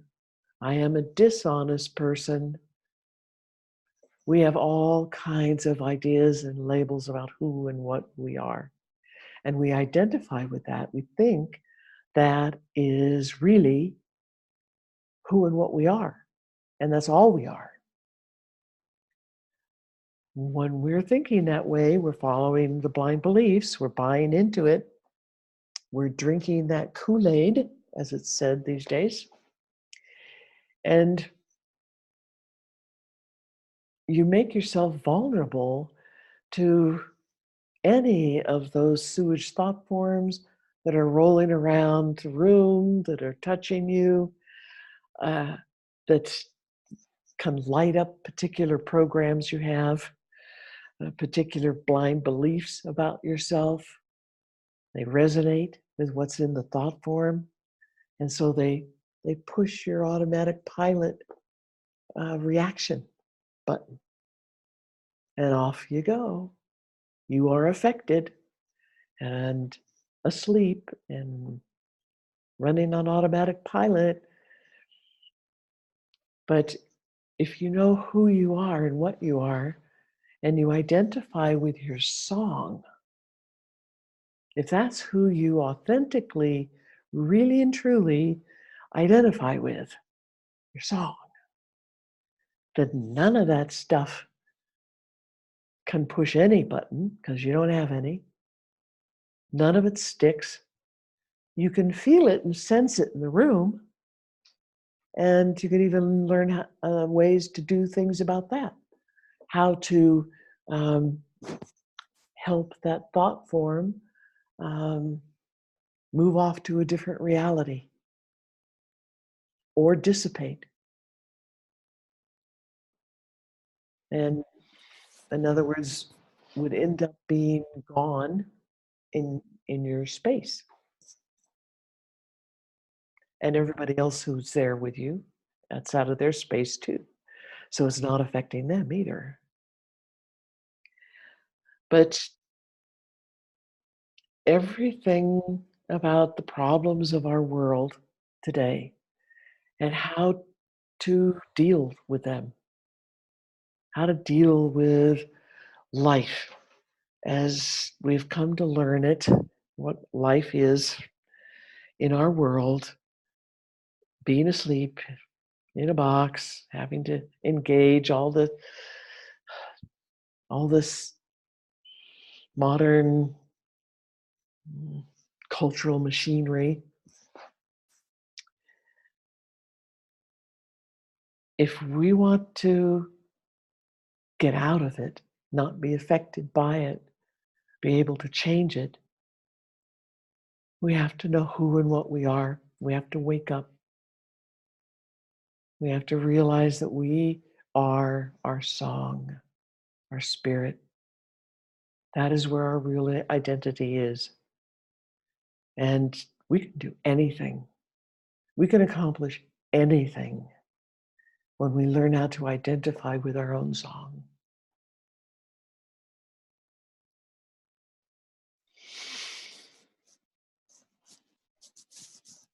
Thank you. You're welcome. A follow-up question on that. Knowing yourself, knowing your song is not just protecting us from these things pushing our buttons, but it's also protecting us from any negative physical effects. Is that accurate? Yes. Yes, that is accurate. Because you're not being affected mentally and emotionally, or not, you don't have an automatic pilot. You don't have any of those triggers or buttons left to be pushed. So that affects your whole being. The spiritual part of you, the mental part of you, the emotional part of you, and the physical part of you. It's the best shield, the best protector that there is.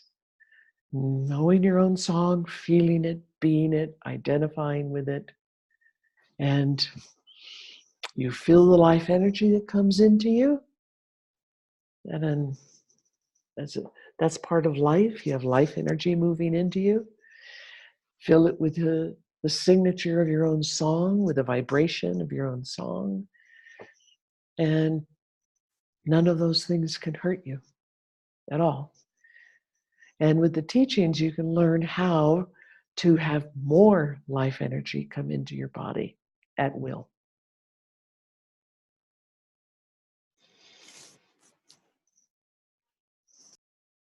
And that in turn allows you, knowing yourself and having all that life energy, allows you to send unconditional love back to anything that comes your way and anybody that sends it your way. I agree with that. When you're identifying with your song, you're feeling your song all the time. Your song is made of unconditional love. You're feeling unconditional love for yourself, for everything else, everybody else, all the time. It's always there.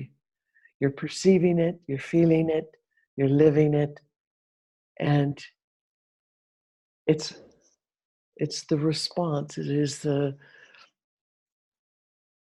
what we do is pour out unconditional love to everybody and everything, even if they're doing the nasty thing and sending the nasty your way. We're pouring out unconditional love.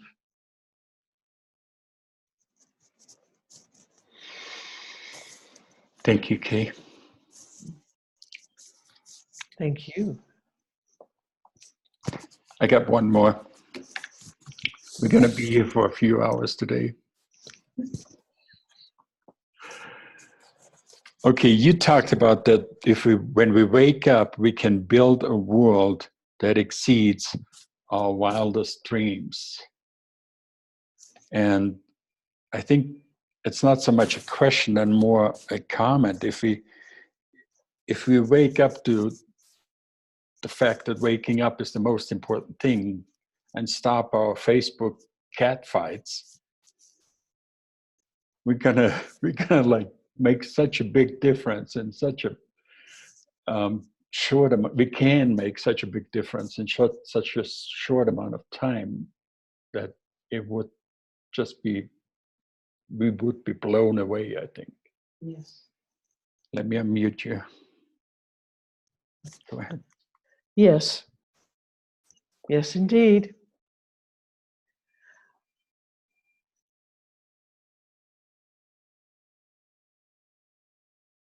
The more awake we get, and it usually happens in gradual steps. We wake up a little more, a little more, a little more, a little more. And the speed of that, we can control that. We can wake up really fast if we put our mind to it. So the more awake we are,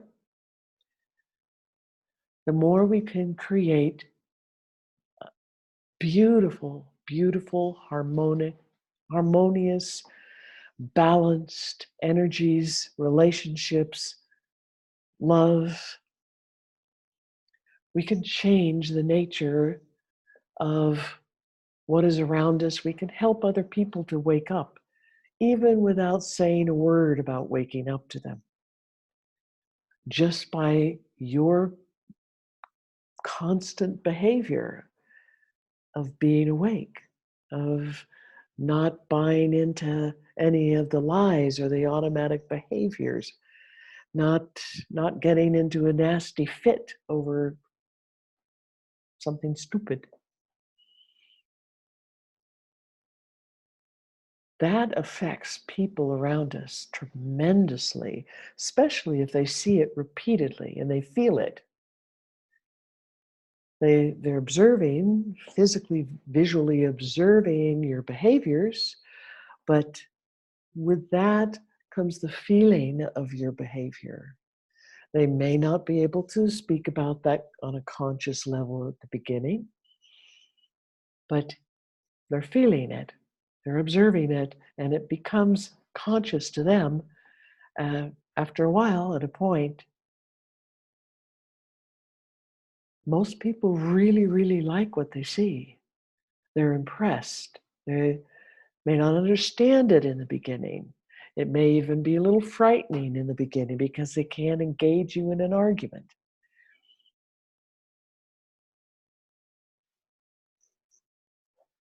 But they're learning.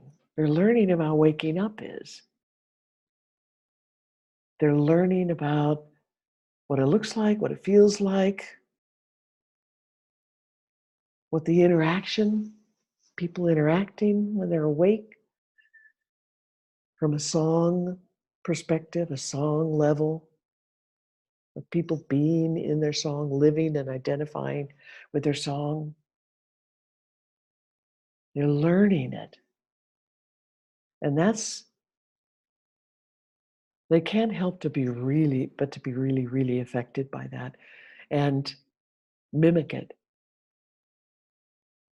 In the beginning, sometimes is pure mimicry because they don't understand enough.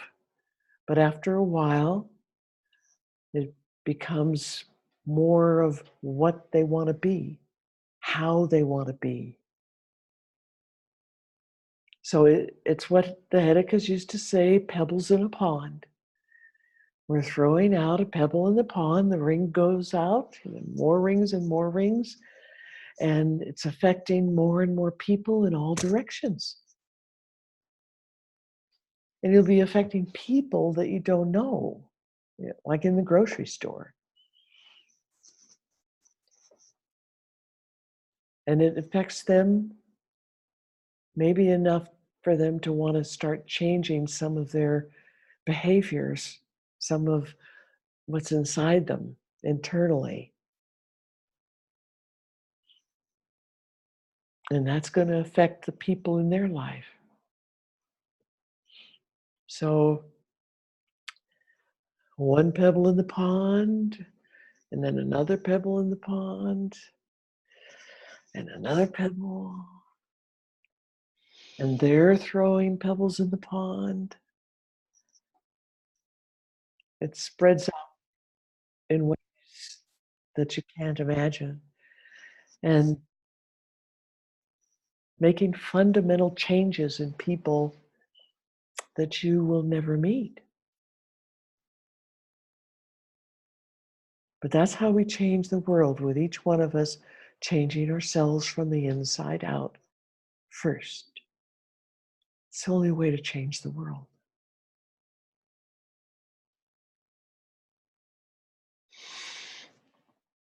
Thank you again.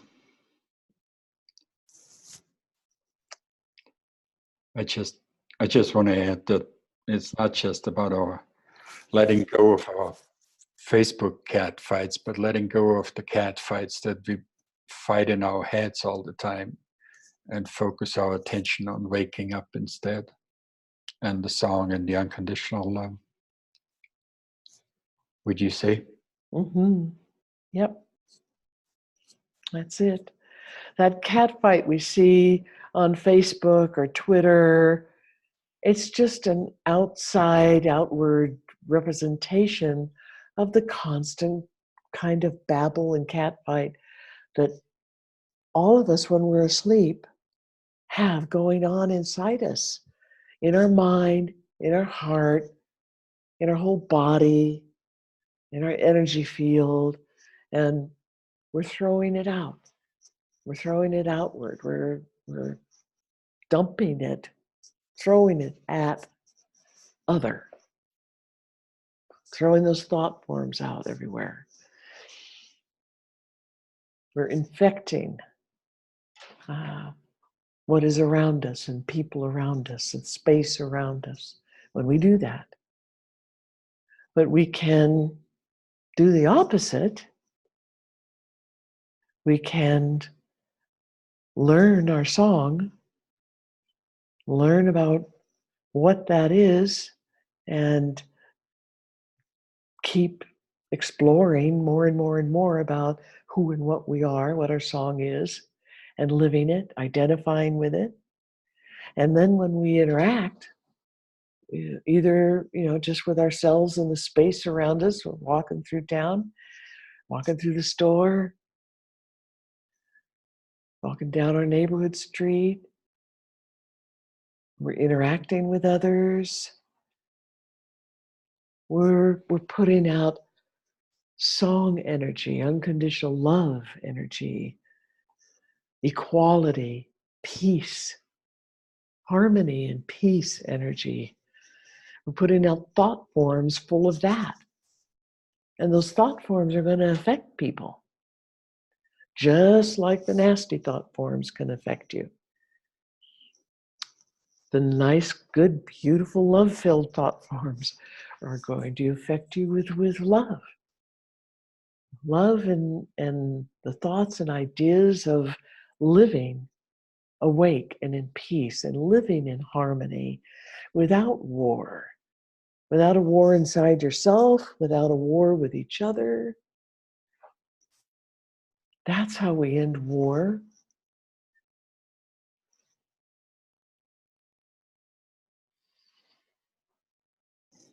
That's how it happens. Thank you.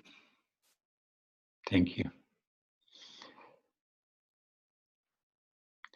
We are past 2 hours. There's a bunch of questions in the Q&A. We're going to be here at least another hour, I think, if we go through them. Do we want to do that? Well, you know me, I'm always game. You said no?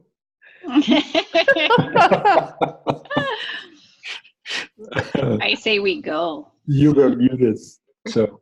Oh, I said, you know me, I'm always game.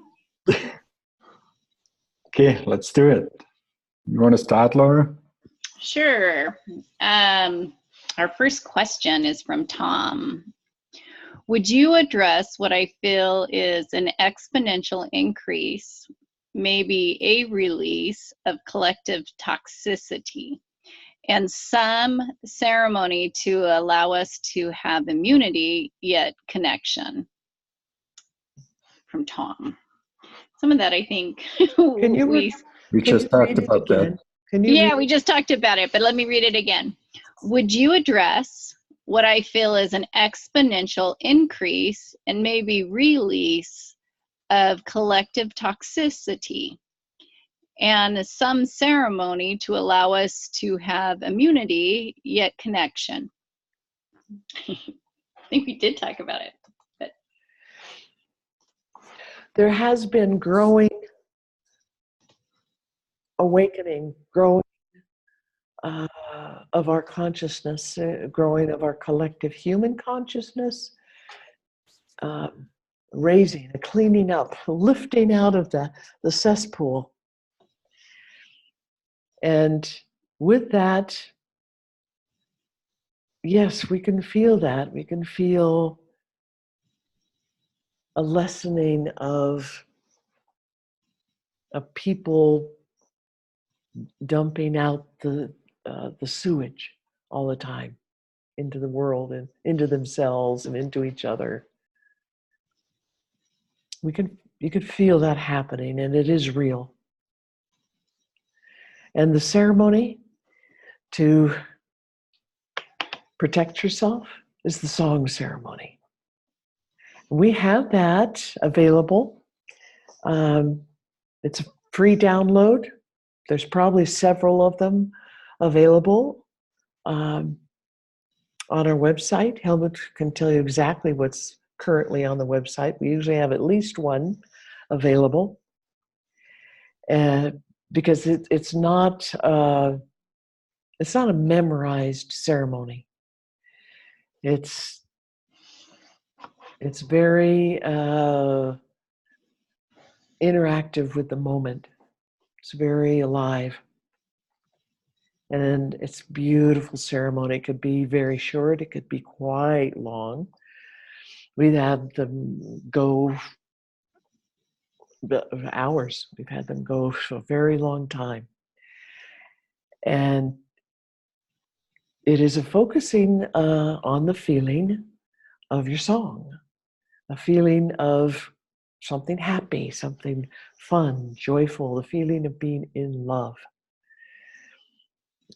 And what that is, it's the true feeling of your song. Especially the love is a really good example. The being in love with another is a good example, because we, in our modern culture, when we're asleep, we credit this person or this animal, this being, whatever it is that we fell in love with, we credit the other with all the responsibility of us having fallen in love. We give them all the power of it. We just give the power away, because that's what we're taught to do in our culture. When you're asleep, you give all your power away to anything, anybody, all the time, every which direction. And this is just another venue for giving your power away. But what's really happening when we're falling in love, say, with a lover, another person, we're sensing their song, and yes, we do have admiration or love or lust with this other person, and there's a lot of feeling there. We feel them, but the majority of what we're feeling welling up in us That is our own song. We're feeling the feeling of our own song. So all that beauty and love and excitement, it's us, it's yourself. When we realize that, and you decide to utilize that in a song ceremony, you can pick a memory like that, feeling it, bring the memory back, just fill yourself with a memory. Remember everything around you, the other person, sounds, smells, anything that can come to mind. And realize that the feeling you're feeling is your own self, your true self, your song. This is who and what you are. So in the song ceremony, we bring that memory back, we realize this, and that's what we focus on entirely. We don't allow anything else to come into our mind. And if we start getting mental babble and old masky babble stuff, we just send it away, clear it out, and go back. Go right straight back to the feeling of our song and let it fill ourselves.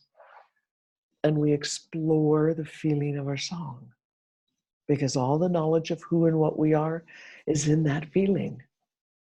All our history, all our antiquity, everything, all the knowledge that who and what we are, our character, everything. It's there in the feeling. And the more we do this song ceremony, the more often we do it, the more we learn about ourselves. And we experience that this is who we are and what we are. We remember the self quality of that feeling of the song. This is the you. This is the you always have been. And you learn to identify with it in your daily life, to carry that feeling, the memory of the feeling, the understanding of what the feeling is through your daily life. And you no longer identify with labels and nasty remarks about yourself or things that you failed at in your life, or you don't carry those things as an identity any longer. When we identify with our song, we know that is who and what we are. None of this junk out there in the world of the asleep, none of the cesspool can touch you, can affect you, can hurt you. And you're giving out love and beauty, because the song is just full of that love and beauty and fairness and creativity, passion for life, and real connectedness. We're just giving that out because that's part of who and what we are.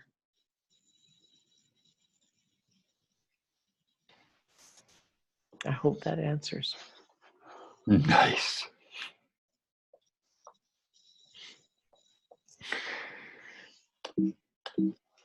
Let's see. Oops. Let's see something. I just posted the link to the live song ceremony that Kay did. That's on YouTube. So that's a good one, because there's also a brief introduction to it. You can use that if you'd like. It's a good one for the holidays. Yes, staying in song this holidays would be outstanding. Holiday present. But Yeah. It's a good one for all the time, really. It's a good ceremony. Yeah. You ready for another question? Yeah. Meredith. Hi guys. Could Kay speak briefly to the connection between focusing our attention and manifestation? I feel like this is a link to how a few awake individuals could create a movement and recreate our garden experiment of peaceful existence. Ooh. Do Yes. we have time? Nice question. And yes, you tapped into one of the most exciting and beautiful aspects of what song is, the who and what we are. We are creators. We're a piece of creator. Each one of us is a unique individual piece of creator. We have creative abilities. And yes, as one or more people who know their song can hold that, and they identify with their song, and they learn to focus their attention. They all agree to focus their attention on a single thing. They can create it. They can bring it into being. Absolutely. And we do that with the weaving ceremony. We do it with every ceremony. We're doing it with to bring love back to self and other and song and awakeness and all those kind of things. But awakeness to the whole planet Earth and all of Earth humans. And to build a song-based world. A song-based world that means everybody is awake. That means all of the old cultural things that we are living with today, that we grew up with, that we learned, would be gone. We'd let them go. We'd give them up. We'd throw them away. And we would create an entirely different song-based way of thinking and being and feeling. And we would create an entirely different society. Any institutions we decided to create would be entirely different, totally song-based. And it takes some thinking. We're so used to what we grew up with, what we've had for centuries, which is what is called the backwards turning wheel, where the whole world is upside down and backwards. And everything is about power over and condemnation, and judgment, and greed, and hate, and et cetera, et cetera, et cetera. All of that, we would let go of that and we would dream up a new dream. So our weaving ceremonies are dreaming up a new dream and weaving, literally weaving the web of the earth and humanity new.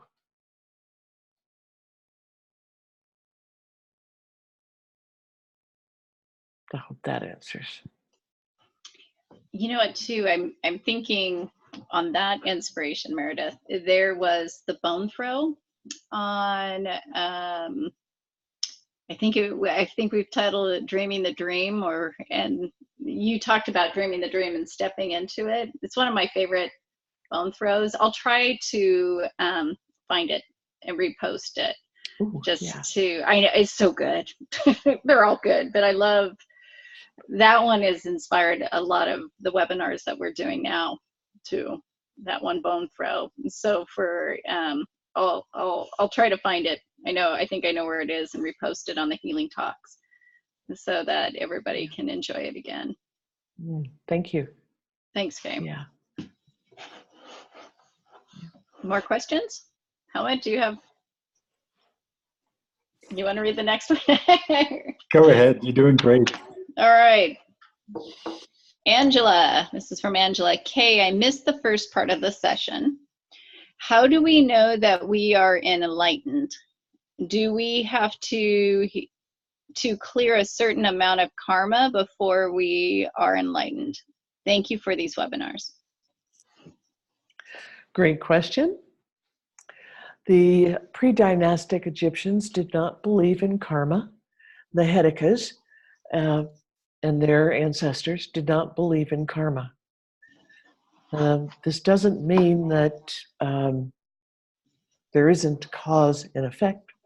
There definitely is cause and effect. Definitely. So the way most people right now in the modern world are thinking about karma and what karma is, it is not what these old traditions say. It's not what the spirits say. So the idea of clearing your karma doesn't make any sense in the Katasi or the Predynastic Egyptian way of thinking. But what we do in order to be fully awake, we have to change all of the way that we have been thinking and feeling and believing. An internal cleansing and readjustment, rebuilding. And as we're doing that, we learn how we have been causing harm to others from feelings, thoughts, words, actions, that when we're asleep, we have absolutely no idea that they're causing harm to anything. It's just the way we think things are. That's the way it is. That's the way we are. That's what is. And we just haven't noticed anything different. When we're born, we're a clean slate. We're awake and we have memory. But the memory begins to fade and we start learning the modern culture and start learning the demands of the modern culture. The biggest one, of course, is to go to sleep. Totally go to sleep, forget your song, forget that exists, forget what it feels like, and don't do anything that's going to remind you.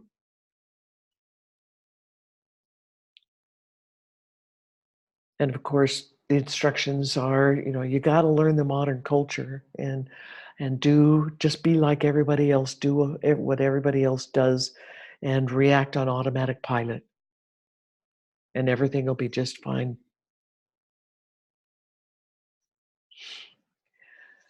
But all of that automatic pilot learning, all the things that we've learned from our culture are, as I said, they are upside down and backwards. They're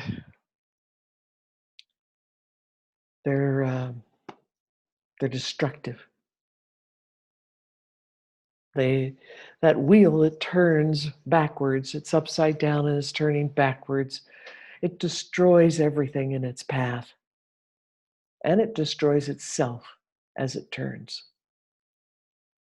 And at our current time, it has destroyed itself so much that there's barely anything left. But people try to pick up the pieces and shove them back together and keep that ugly machine running. Those are the things that we have to let go of. We have to let them die away.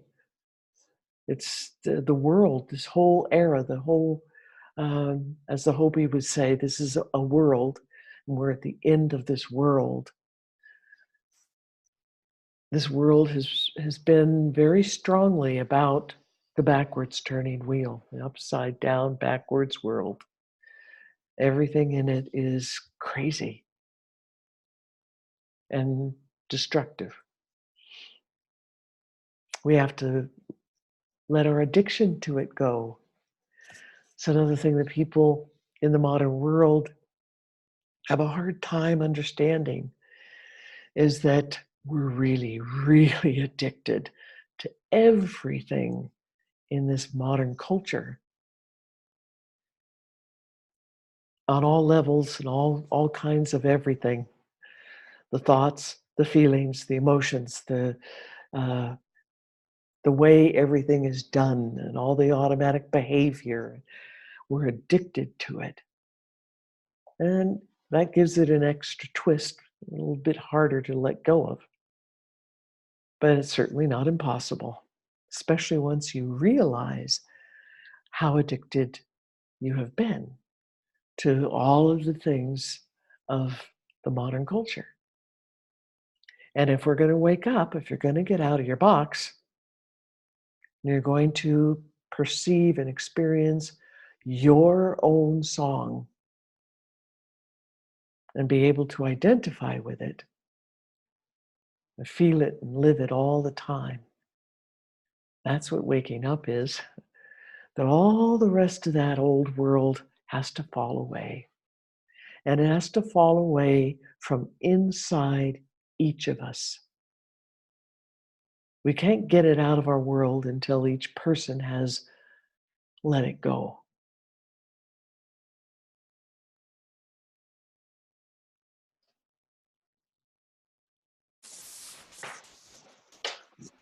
Nice. It starts with each one of us.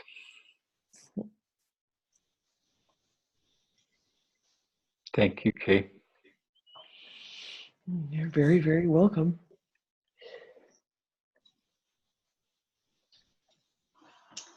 All right, one more, Rita.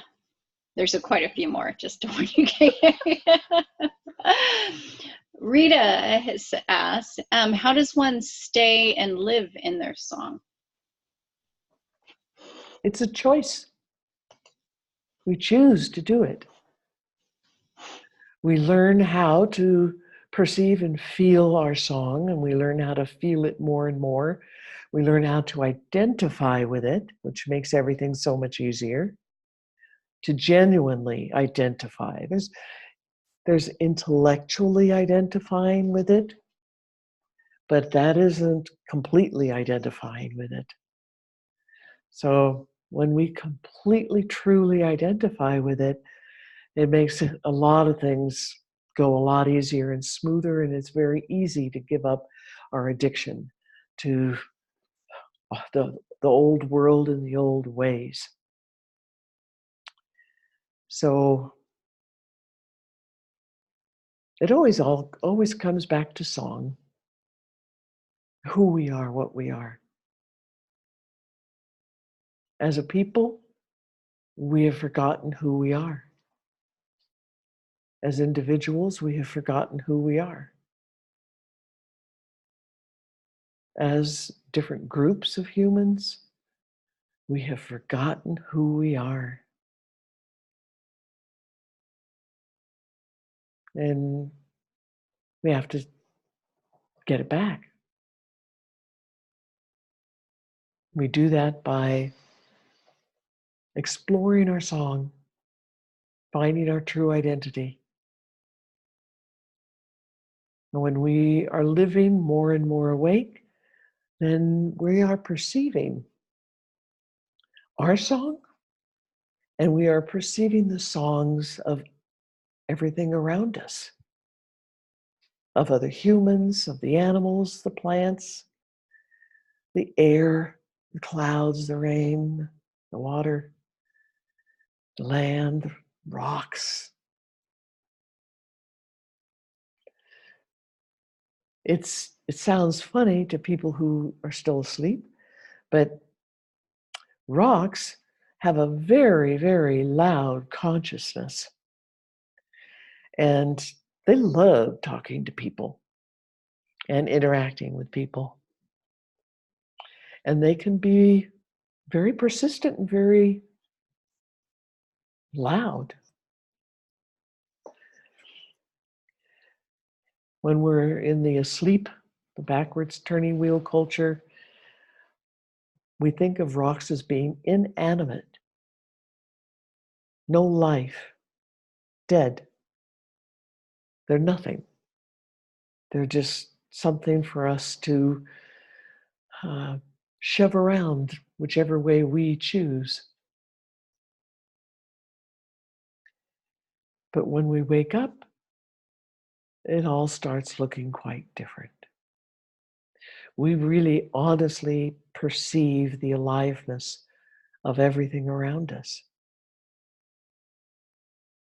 And there's the field that is between everything that we see and notice, like the land and the trees and the sky, the water, it's the space between things.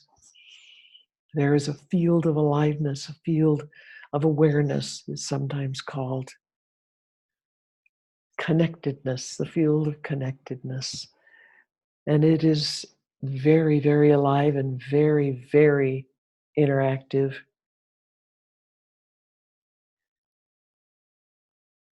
So there's a lot of things and a lot of things going on, a lot of interactions happening in our true world and universe. And it's just so exciting and so beautiful. And it is so alive and so full of unconditional love. That's what we're working for. It's not hard. It's about choice. We have to choose it. And when we're first learning, we have to keep re-choosing because the old habits pop in. We're in our song for a while and we're thinking and feeling song things and perceiving things around us from a song basis. And then all of a sudden, the masky things that are still there pop up and they're babbling to us and we're feeling the masky things and we're reacting on automatic pilot and something triggered us. And all of a sudden we realize, oh my God, I've just slipped into mask land. I dropped into the sewage pot and I got to get myself back into song. And it's a choice you choose right then.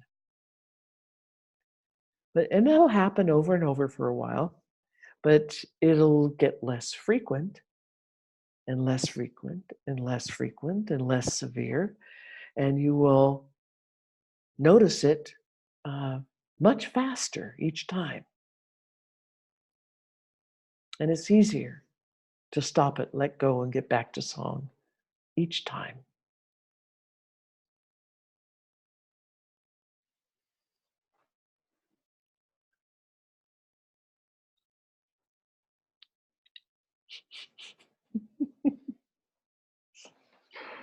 Thank you.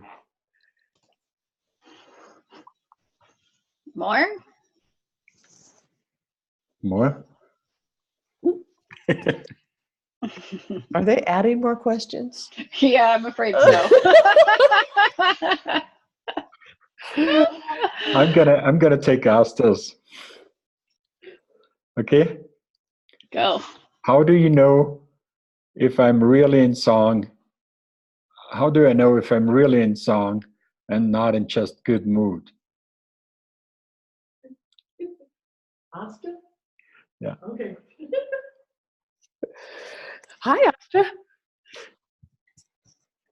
Well, a good mood has the sprinklings of song in it. Because when we're doing the song ceremony, we're learning how to find our song and bring it to our conscious awareness and focus on it and have it fill our whole attention. It's starting out from something that comes from a good mood, something good, fun, happy, exciting. Could even be being on a roller coaster if you like those things, or it could be just sitting super quiet, peaceful, no interruptions, and you're just peaceful by yourself, kind of meditation maybe, doing any number of different things that turn you on, that you really like. Gardening for some people, walking in nature for others, being around loved ones for other people, making artwork for any kind of art, for other people. There's just so many different kinds of things, different strokes, different folks, but it's makes you feel good. And when you're feeling good, your song is bubbling up. So in that good mood, you've got at least some song bubbling up into your awareness. But our song awareness, our whole song awareness, is when we are identifying with our song. We're identifying with us, our entity, our soul, our spirit, that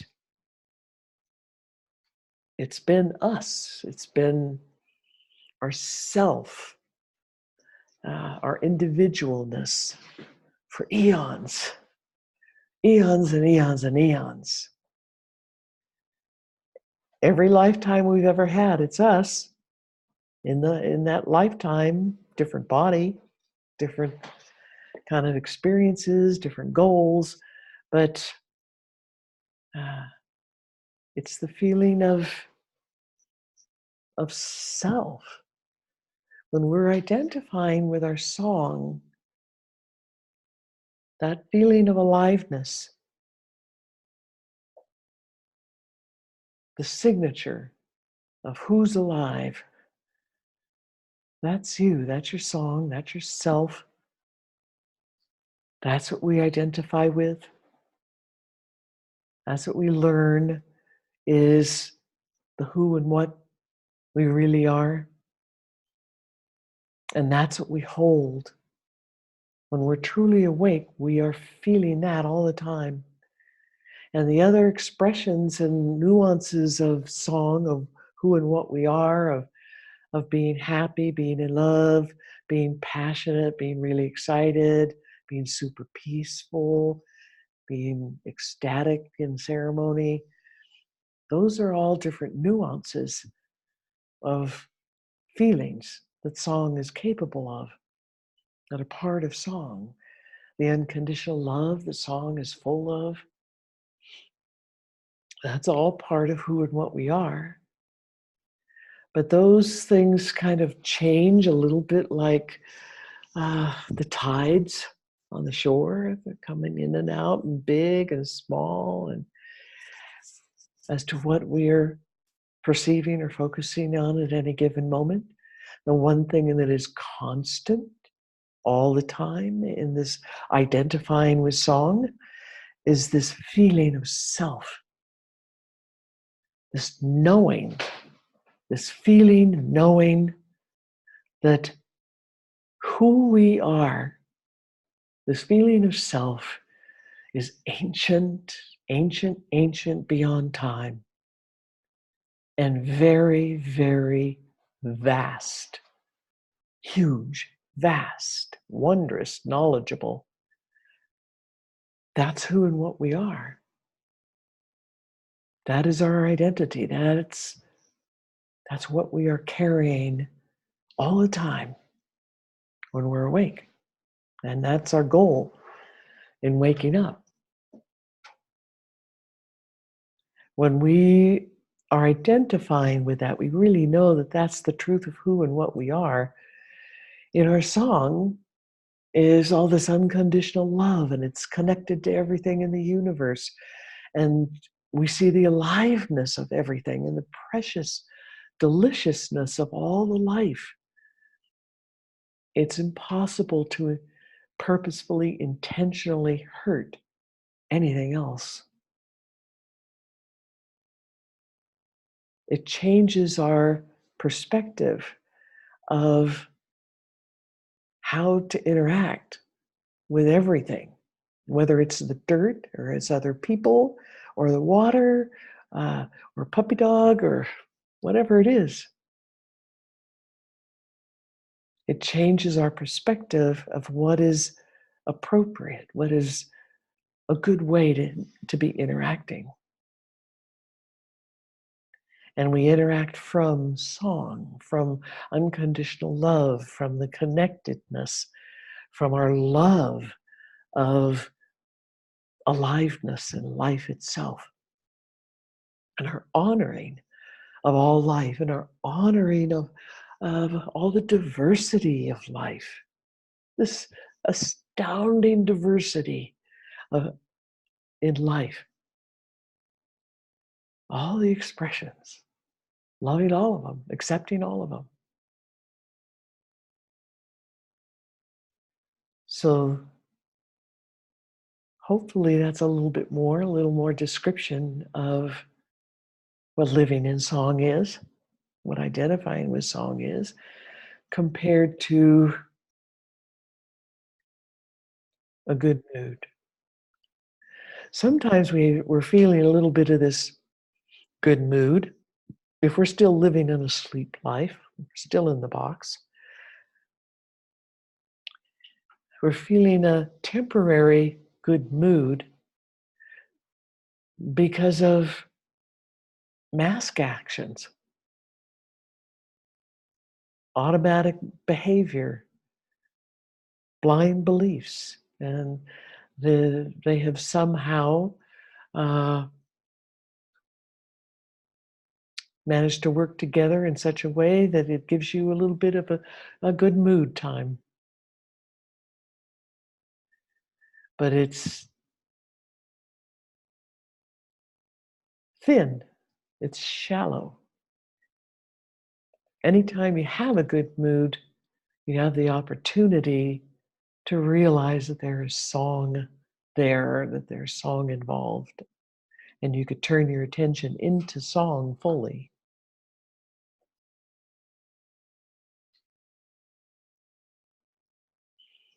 I hope that is making some more sense to you, Asta, and everybody else too.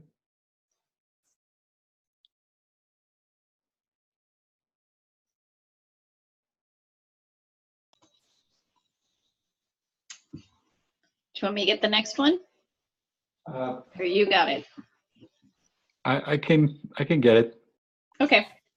This one is from Tom, and there's actually two, I think, that belong together. In Japanese Aikido, the focus is on expanding your ki, which is being present,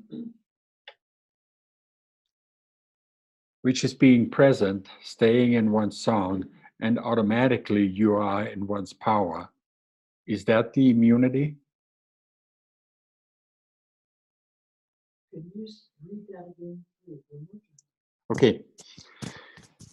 In Japanese Aikido, the focus is upon extending your ki, which is being present, staying in one's song, and automatically you are in one's power. Is that the immunity?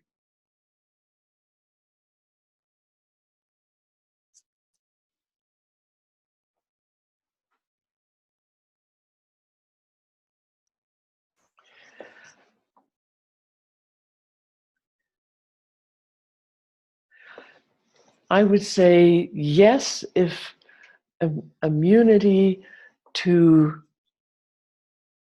the triggers from the asleep world around you, thought forms and stuff, if immunity to that is part of your intent in directing your chi.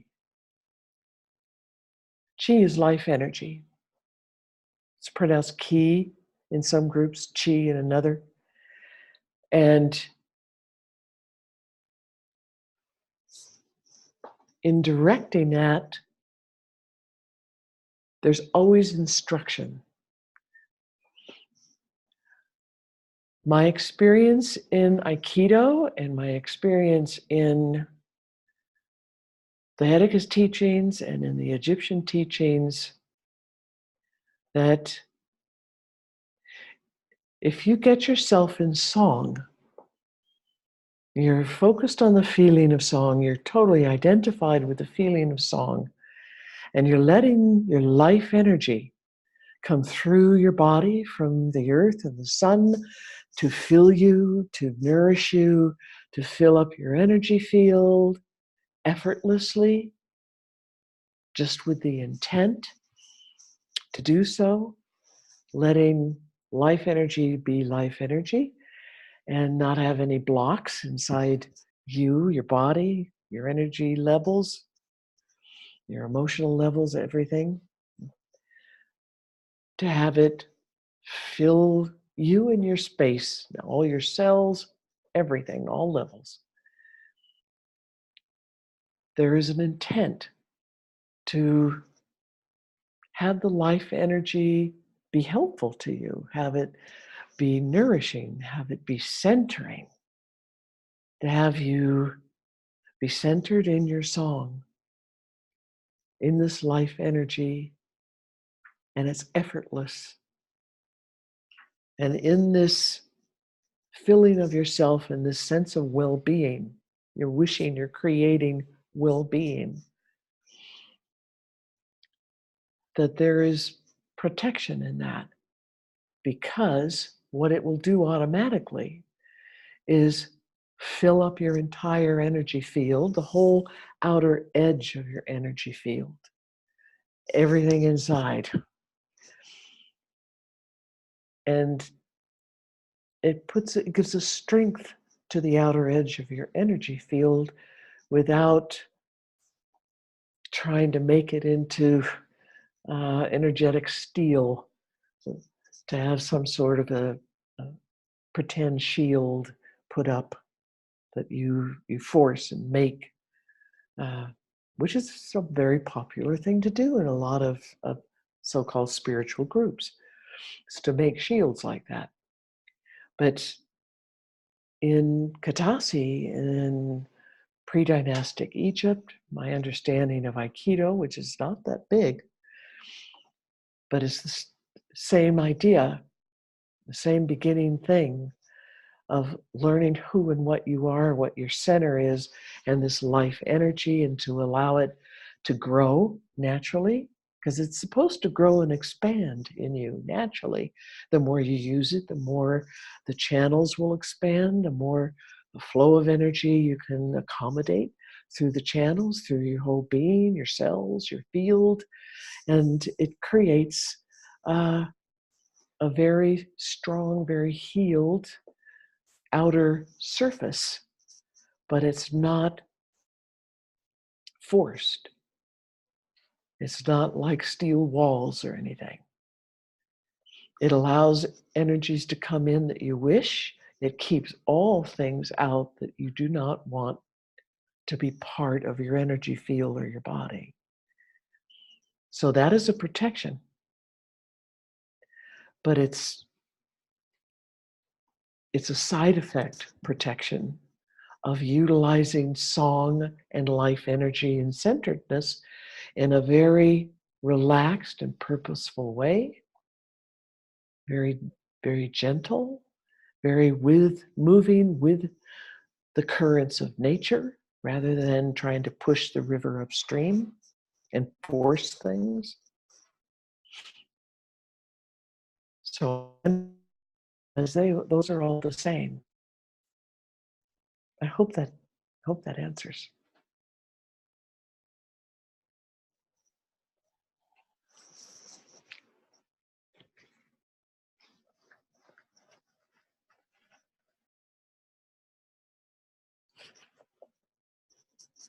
You gotta go, Laura. Sure. Rita's next. Sorry, so I can see this. Could it be one's soul is one song that is love energy that gives one life? Let me read that again. Could it be one's soul is one song that is the love energy that gives one life?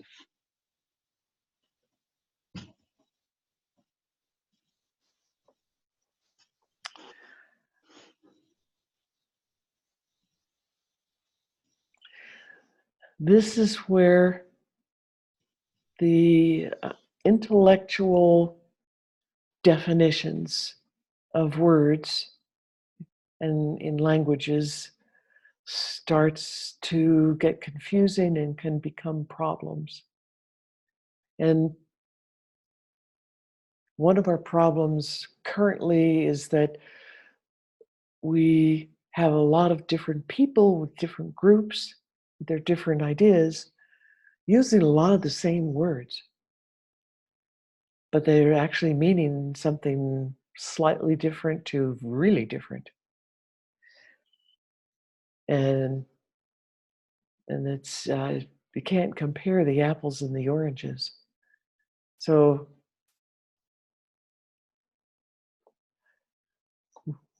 we have one song.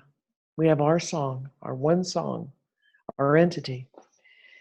And at this current time, this song is choosing to create your body and have a lifetime in your body as a human.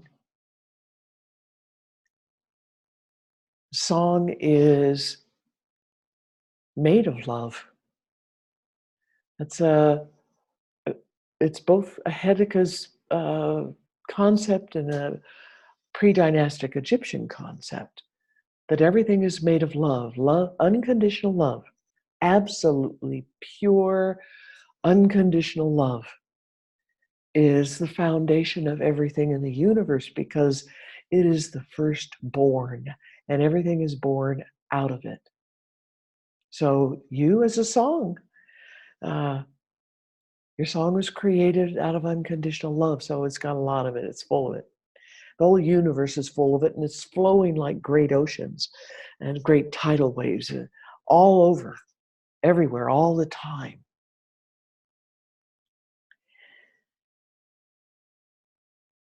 There are occasions when we decide to manifest as something else besides our body at the same time. And that's another whole subject, and it's a very confusing subject. So I'm going to leave it at that for the moment. And I hope that has answered enough to be making some sense.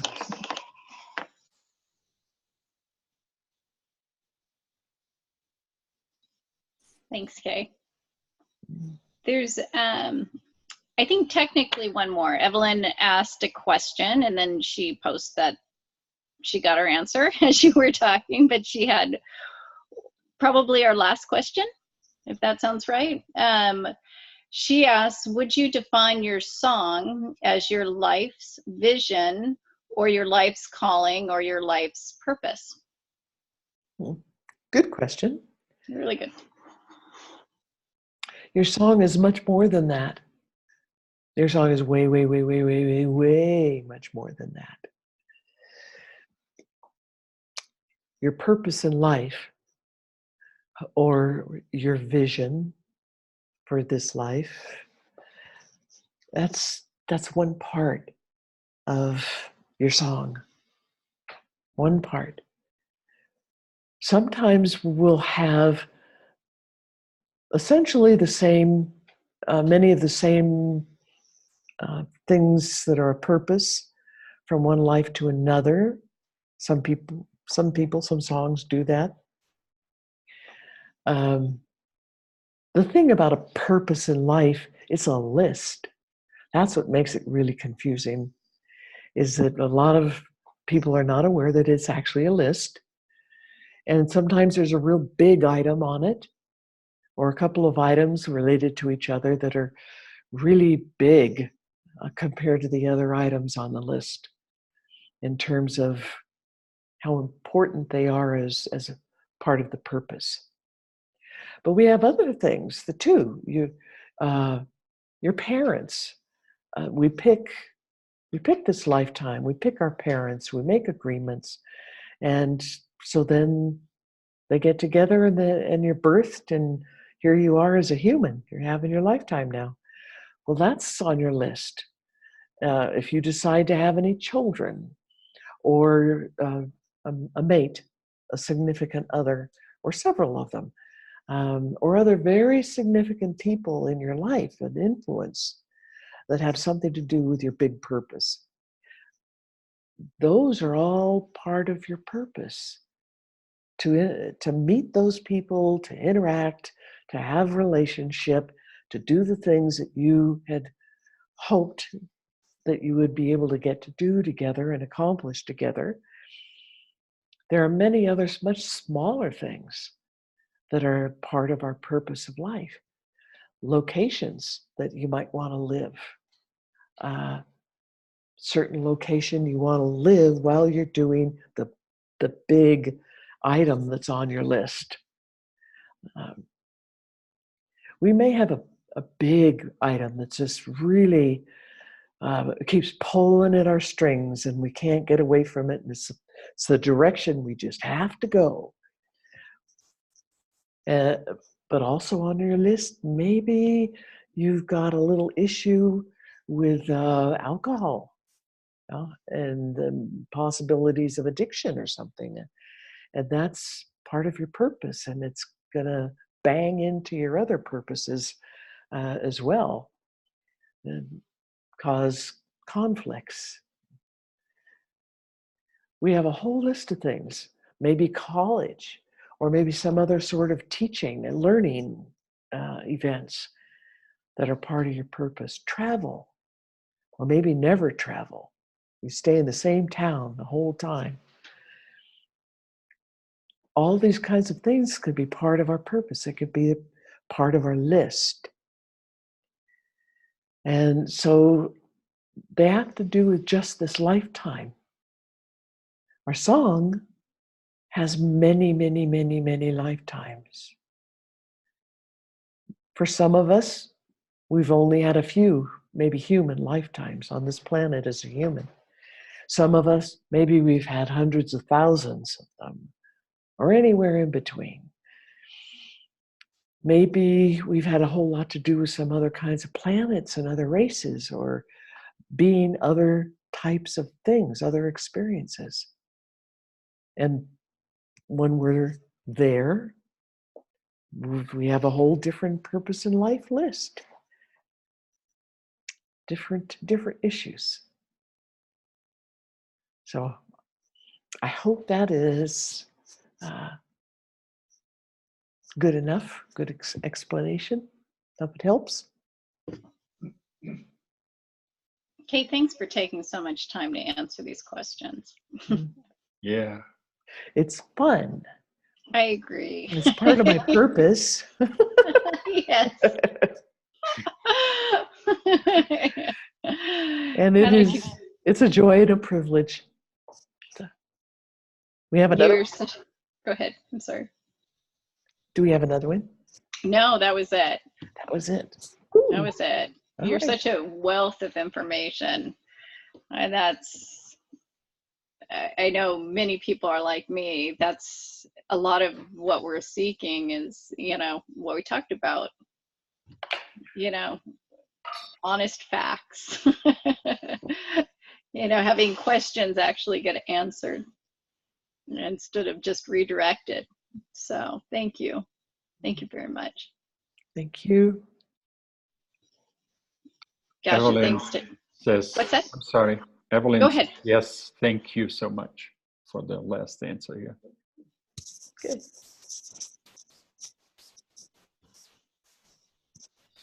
Okay. Did you have anything else, Laura?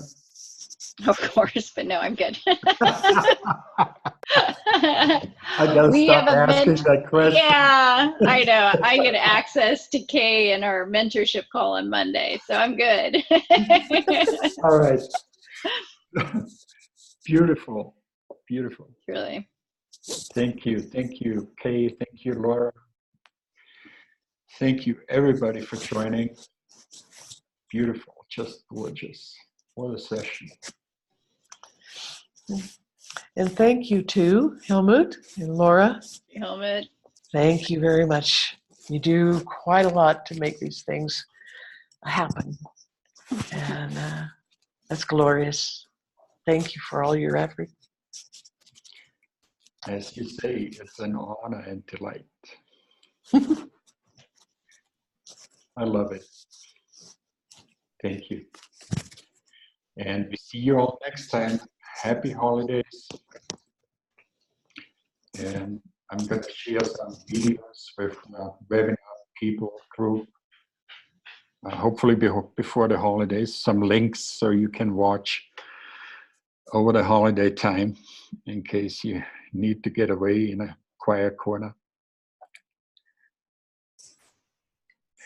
But have a beautiful time. And we love you. See you next time. Thank you all. Thank you all so much. Have beautiful, beautiful holidays, however you choose to spend them. I love you. Love you. Bye-bye. Bye-bye.